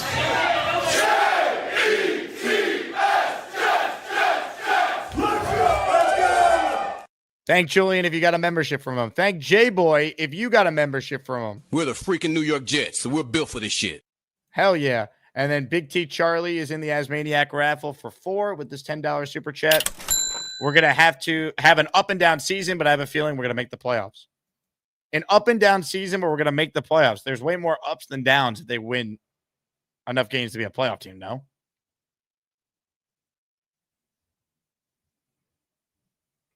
I mean, I hope that happens, Charlie. Amanda says, no woman could love you. My mom checks it. Decker, better not hear you talk like that. Happy birthday to Decker. Lot of comments here about Gary. Anyone have any football thoughts here? Georgie says, where's Big Chump? I miss him. Not exactly the comment I was looking for. At this point, I would take Bobby calling back in, flailing his arms to say, is Malachi Corley a rookie? All right. Julian says, give me that fart. I mean, who am I to say no to that? All right.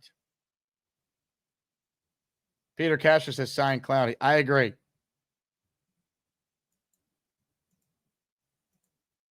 I completely agree with that. I like Clowney too on a personal level. I enjoyed covering him when I was in Houston. Okay. We hit House of Atlas. I do want to mention the merch store has got new shirts. Coach AG and G5. So check that out. PBM says, when was it normalized to fart on a YouTube show? Well, we have a couple people to thank for that. Oh. But I would say Gorman is really the true innovator of it. Excuse me. I think it starts with him. Now, has Beast maybe taken it to another level? You could argue that. You definitely could argue that. I mean, Beast has given us some forever moments while farting. No one can deny that. Like, this one is just unreal. Would you silence, or should I do one of these?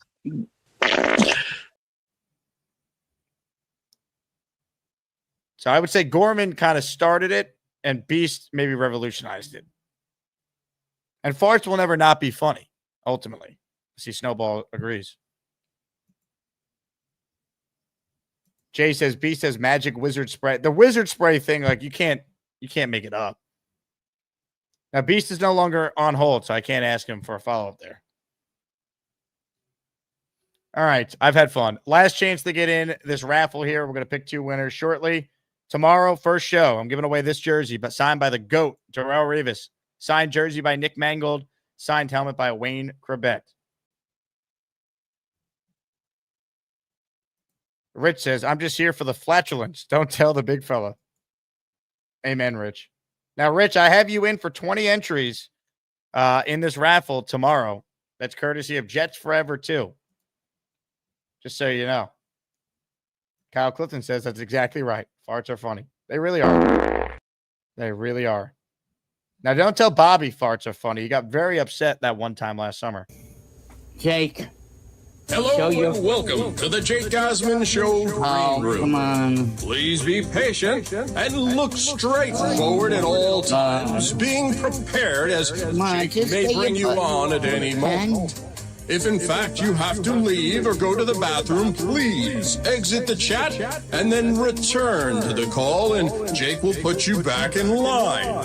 Please understand that if you arrive a little early, you may not get called on first, as Jake That will was always meant for me, take the Jake. call that I he know thinks that will was best suit meant the for me. program, depending on the topic at the time. When you're called on, be sure to look straight forward, put your hands on the Jake, desk, you drive me and nuts, look bro. directly into the microphone, smile, and speak loudly so Jake and the audience can hear you.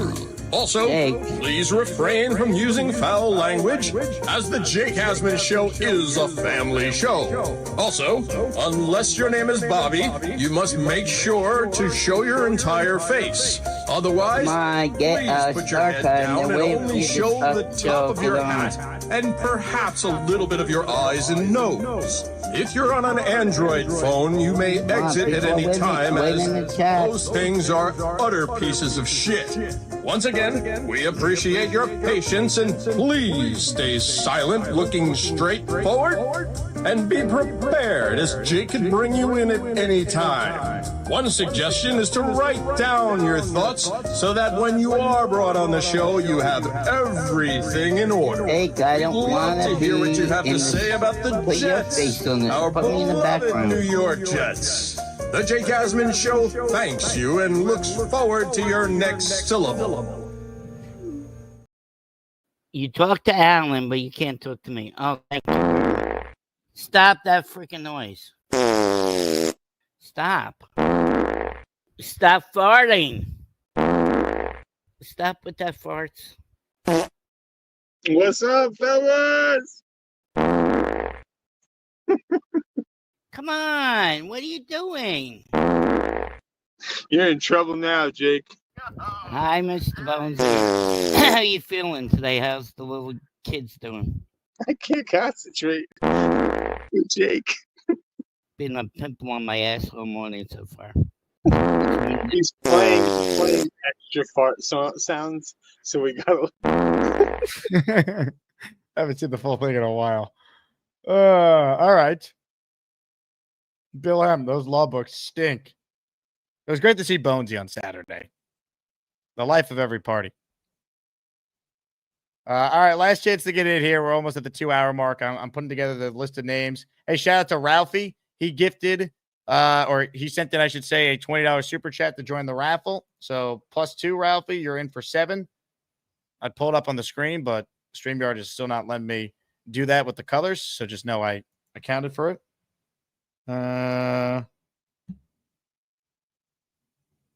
Let's see.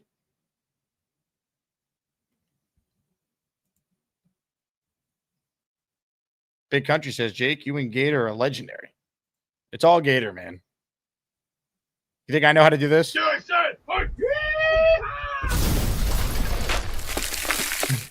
I use iMovie to edit clips. The only thing I edit are like press conference stuff that I play. I know how to do the show. Gator could provide the funny with all the other stuff.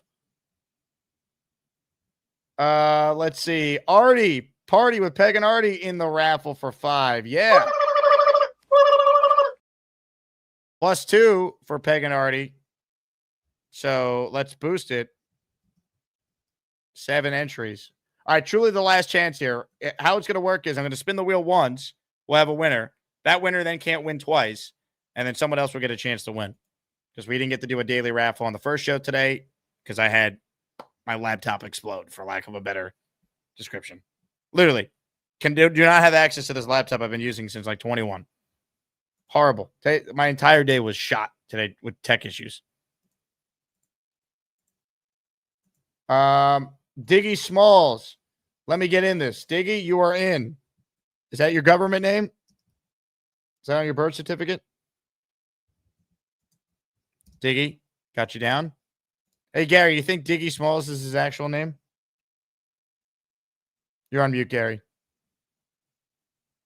I think it's an alias of some sort. I don't think that's his birth certificate name. I don't think that's his government name, as they say. You don't think so? Got it. Thank you. Noted. Jay writes in, little Joey gets high sniffing wizard spray. Oh, come on, man. I do want to hear more about this wizard spray from Beast. It's upset that he didn't call in. Bonesy wants to know, Jake, ask Gary if his wife watches Bravo. Gary? She used to a lot, not anymore though. Like, I don't know. Since we have kids, we just watch what the kids are watching, and then I watch sports at night. She used to watch like the Real Housewives and things like that. That's Bravo, right? I think so. Sounds right. Orange County. I think so. I think that's Bravo, right? Yeah. She used to watch a lot of Bravo, but not anymore, really. Chicken with pasta is worse than peanut butter with sandwich. All right, Bonesy, happy to answer your question there. All right, home stretch here. I just saw this from the great Peter Castro. I'm in, Jake. Peter, you are in. You're in the Asmaniac raffle for 7 because we're boosting this. This is for you, Peter. Oh, shit. Peter Castro still steadfast in his belief that the Jets with Justin Fields will win 11 games this year. Castro still believes, and I hope to God he's right. All right, today's closer is a rising caller on this channel. Ladies and gentlemen, Rasta Dread is next, and then we will spin the wheel. What's up, Rasta? What's the word, Jake? What's the word? How you doing, brother? I'm living the dream, Rasta. How are you? Good, man. Heading home, actually, finishing up work. Just some quick NFL news that I just saw came across the ticker. Matthew Judon signs with the Dolphins. I don't know what the Jets are doing, but we need an edge rusher, guys. And I know, hey, I got all faith in JJ, and he's going to come back, and he's going to come back strong. But we definitely need some edge presence. We need somebody else. And the Dolphins are doing it. If they're doing it, why the hell aren't we doing it? If we know if it's such a big need, why aren't we signing any edge rushers? But just a quick alert. Just wanted to bring it to your attention, Jake. No, you're 100% right. I mean, Jadeveon Clowney's still out there. He's the name I'm looking at because I think he's still good Clowney, enough. bro. Yeah. Clowney would work. That's the perfect run defense is what we're looking for. You hit that on the head. Like, he would be perfect. And again, there's still time. Things can still happen. But as time goes on and days and players continue to get signed, especially someone as good as Judon, man, he would have worked perfectly for us as well. But anyway, Jake, have a great show. Appreciate you, brother. I've been listening all day. Keep doing your thing, brother. Rasta, thank you, my friend. Look forward to meeting you in Tampa. Look, Judon might be shot, but have you seen who the Jets are playing at defensive end? They don't have anyone. Obviously, Jermaine being healthy and Will, they're the starters, but like the third defensive end, it's Michael Clemens right now. And the reason why he's playing so much is because everyone else stinks.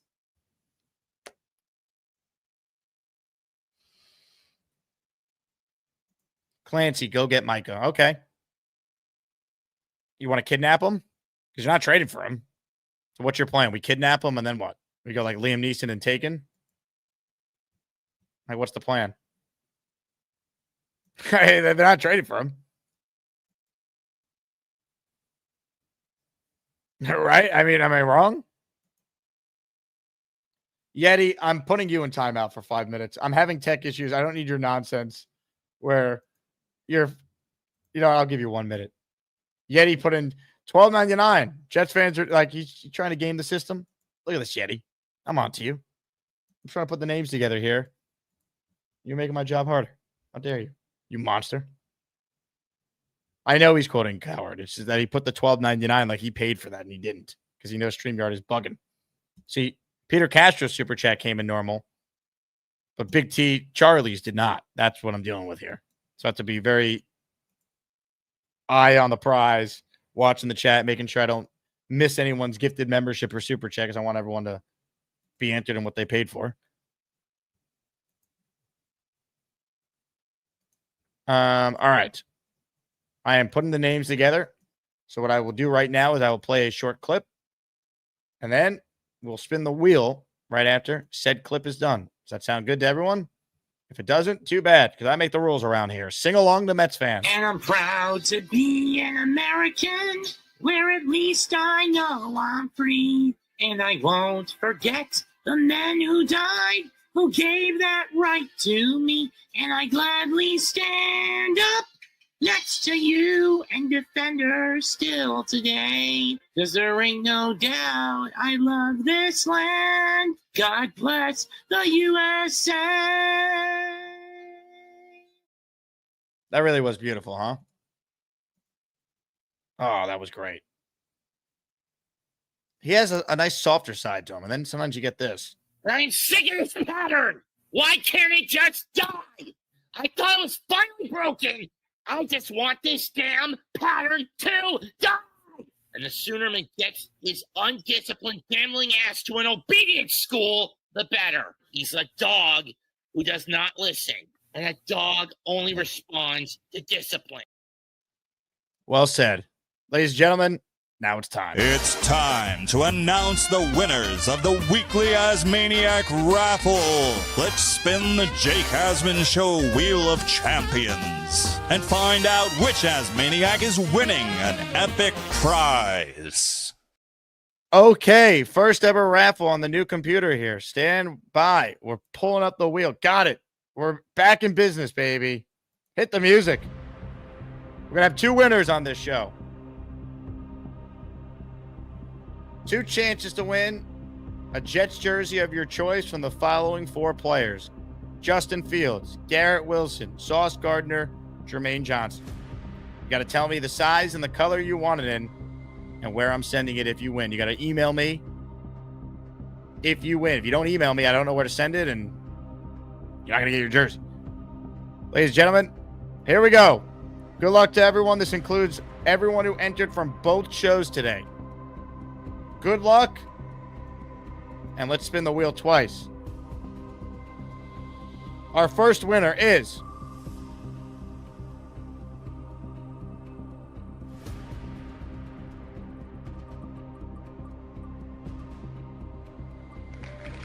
John. Jon. John. This was the entry that got him 20 entries in the raffle today. John, shoot me an email and let me know your jersey preference. With that said, you can only win once. So let's remove John's entries and we have a wheel to spin one last time. And then we'll spin it 3 times tomorrow morning. Ladies and gentlemen, the winner of our second Jets jersey of your choice is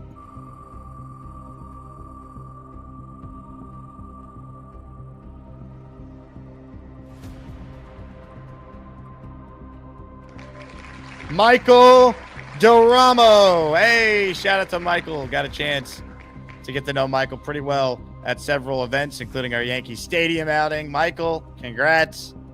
Shoot me an email with your information on which player and color you want the jersey and the size, and we'll get that sent out to you. All right, you know what? I'm in a giving mood today. You guys bared with me through the tech issues on the first show. How about one more prize? An item from my merch store, the G5 t-shirt that's been a top seller so far. We'll spin the wheel for a record 3rd time during one daily raffle. Ladies and gentlemen, one more winner today. The winner of a G5 shirt from jakeasman.com is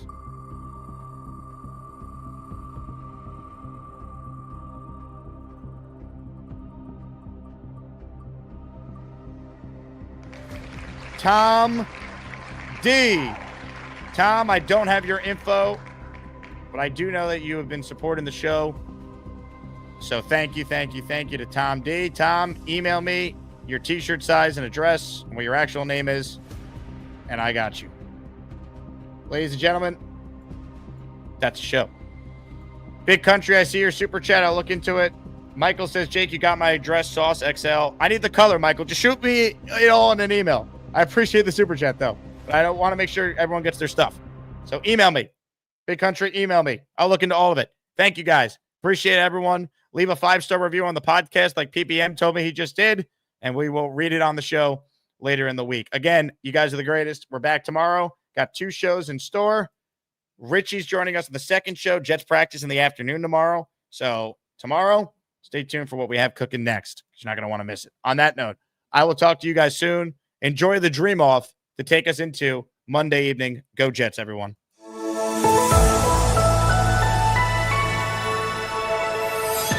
The Dream is up next. I don't recognize the Dream here. This is Andrew C. Yeah. Oh, what's up, Andrew? Okay. Now, the Dream, have you had any alcoholic beverages this morning? Absolutely. I can tell. Yeah. I drink. I have a dog, a pit bull. He's part of the team, too. I'm an ass maniac. Welcome to the tournament next March. For the second time, the Dream is next. Hello, the Dream. Justin Fields and Garrett Wilson are making the team. They are. I'm pretty confident in that. Like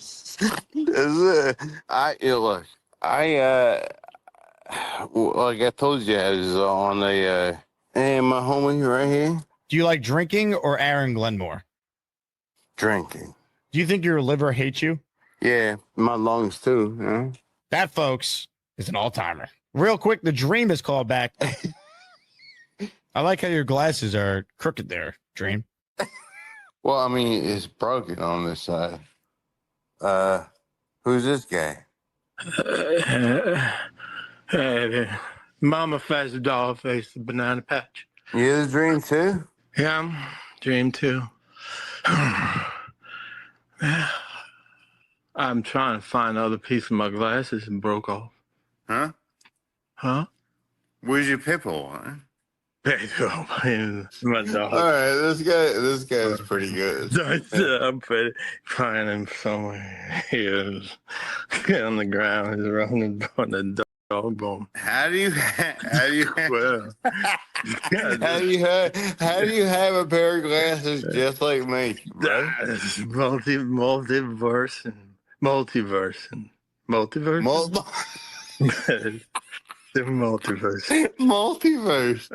Who do you think is going? Gotta back off the booze, though, pal. What do you think Zach Wilson's up to? Did you see that Zach Wilson throw when he dropped it right at his feet? It's sort of like, dream. That was me yesterday. I had a dream. Oh no, I'm worried about Dream 2. Is this guy all right? I don't know. I gotta lay off this sauce. Need new glasses. Can't see, goddammit. I feel like I'm gonna throw up. That's not good. I shouldn't have had that last drink. I have to find my cigarette. I might burn the house down. When I was driving my truck the other day, I was singing the Purple Let Mike theme song, and that shit was catchy. I can't get up. Dude, you're way worse than me. Ladies and gentlemen, this show is unlike anything I've ever experienced.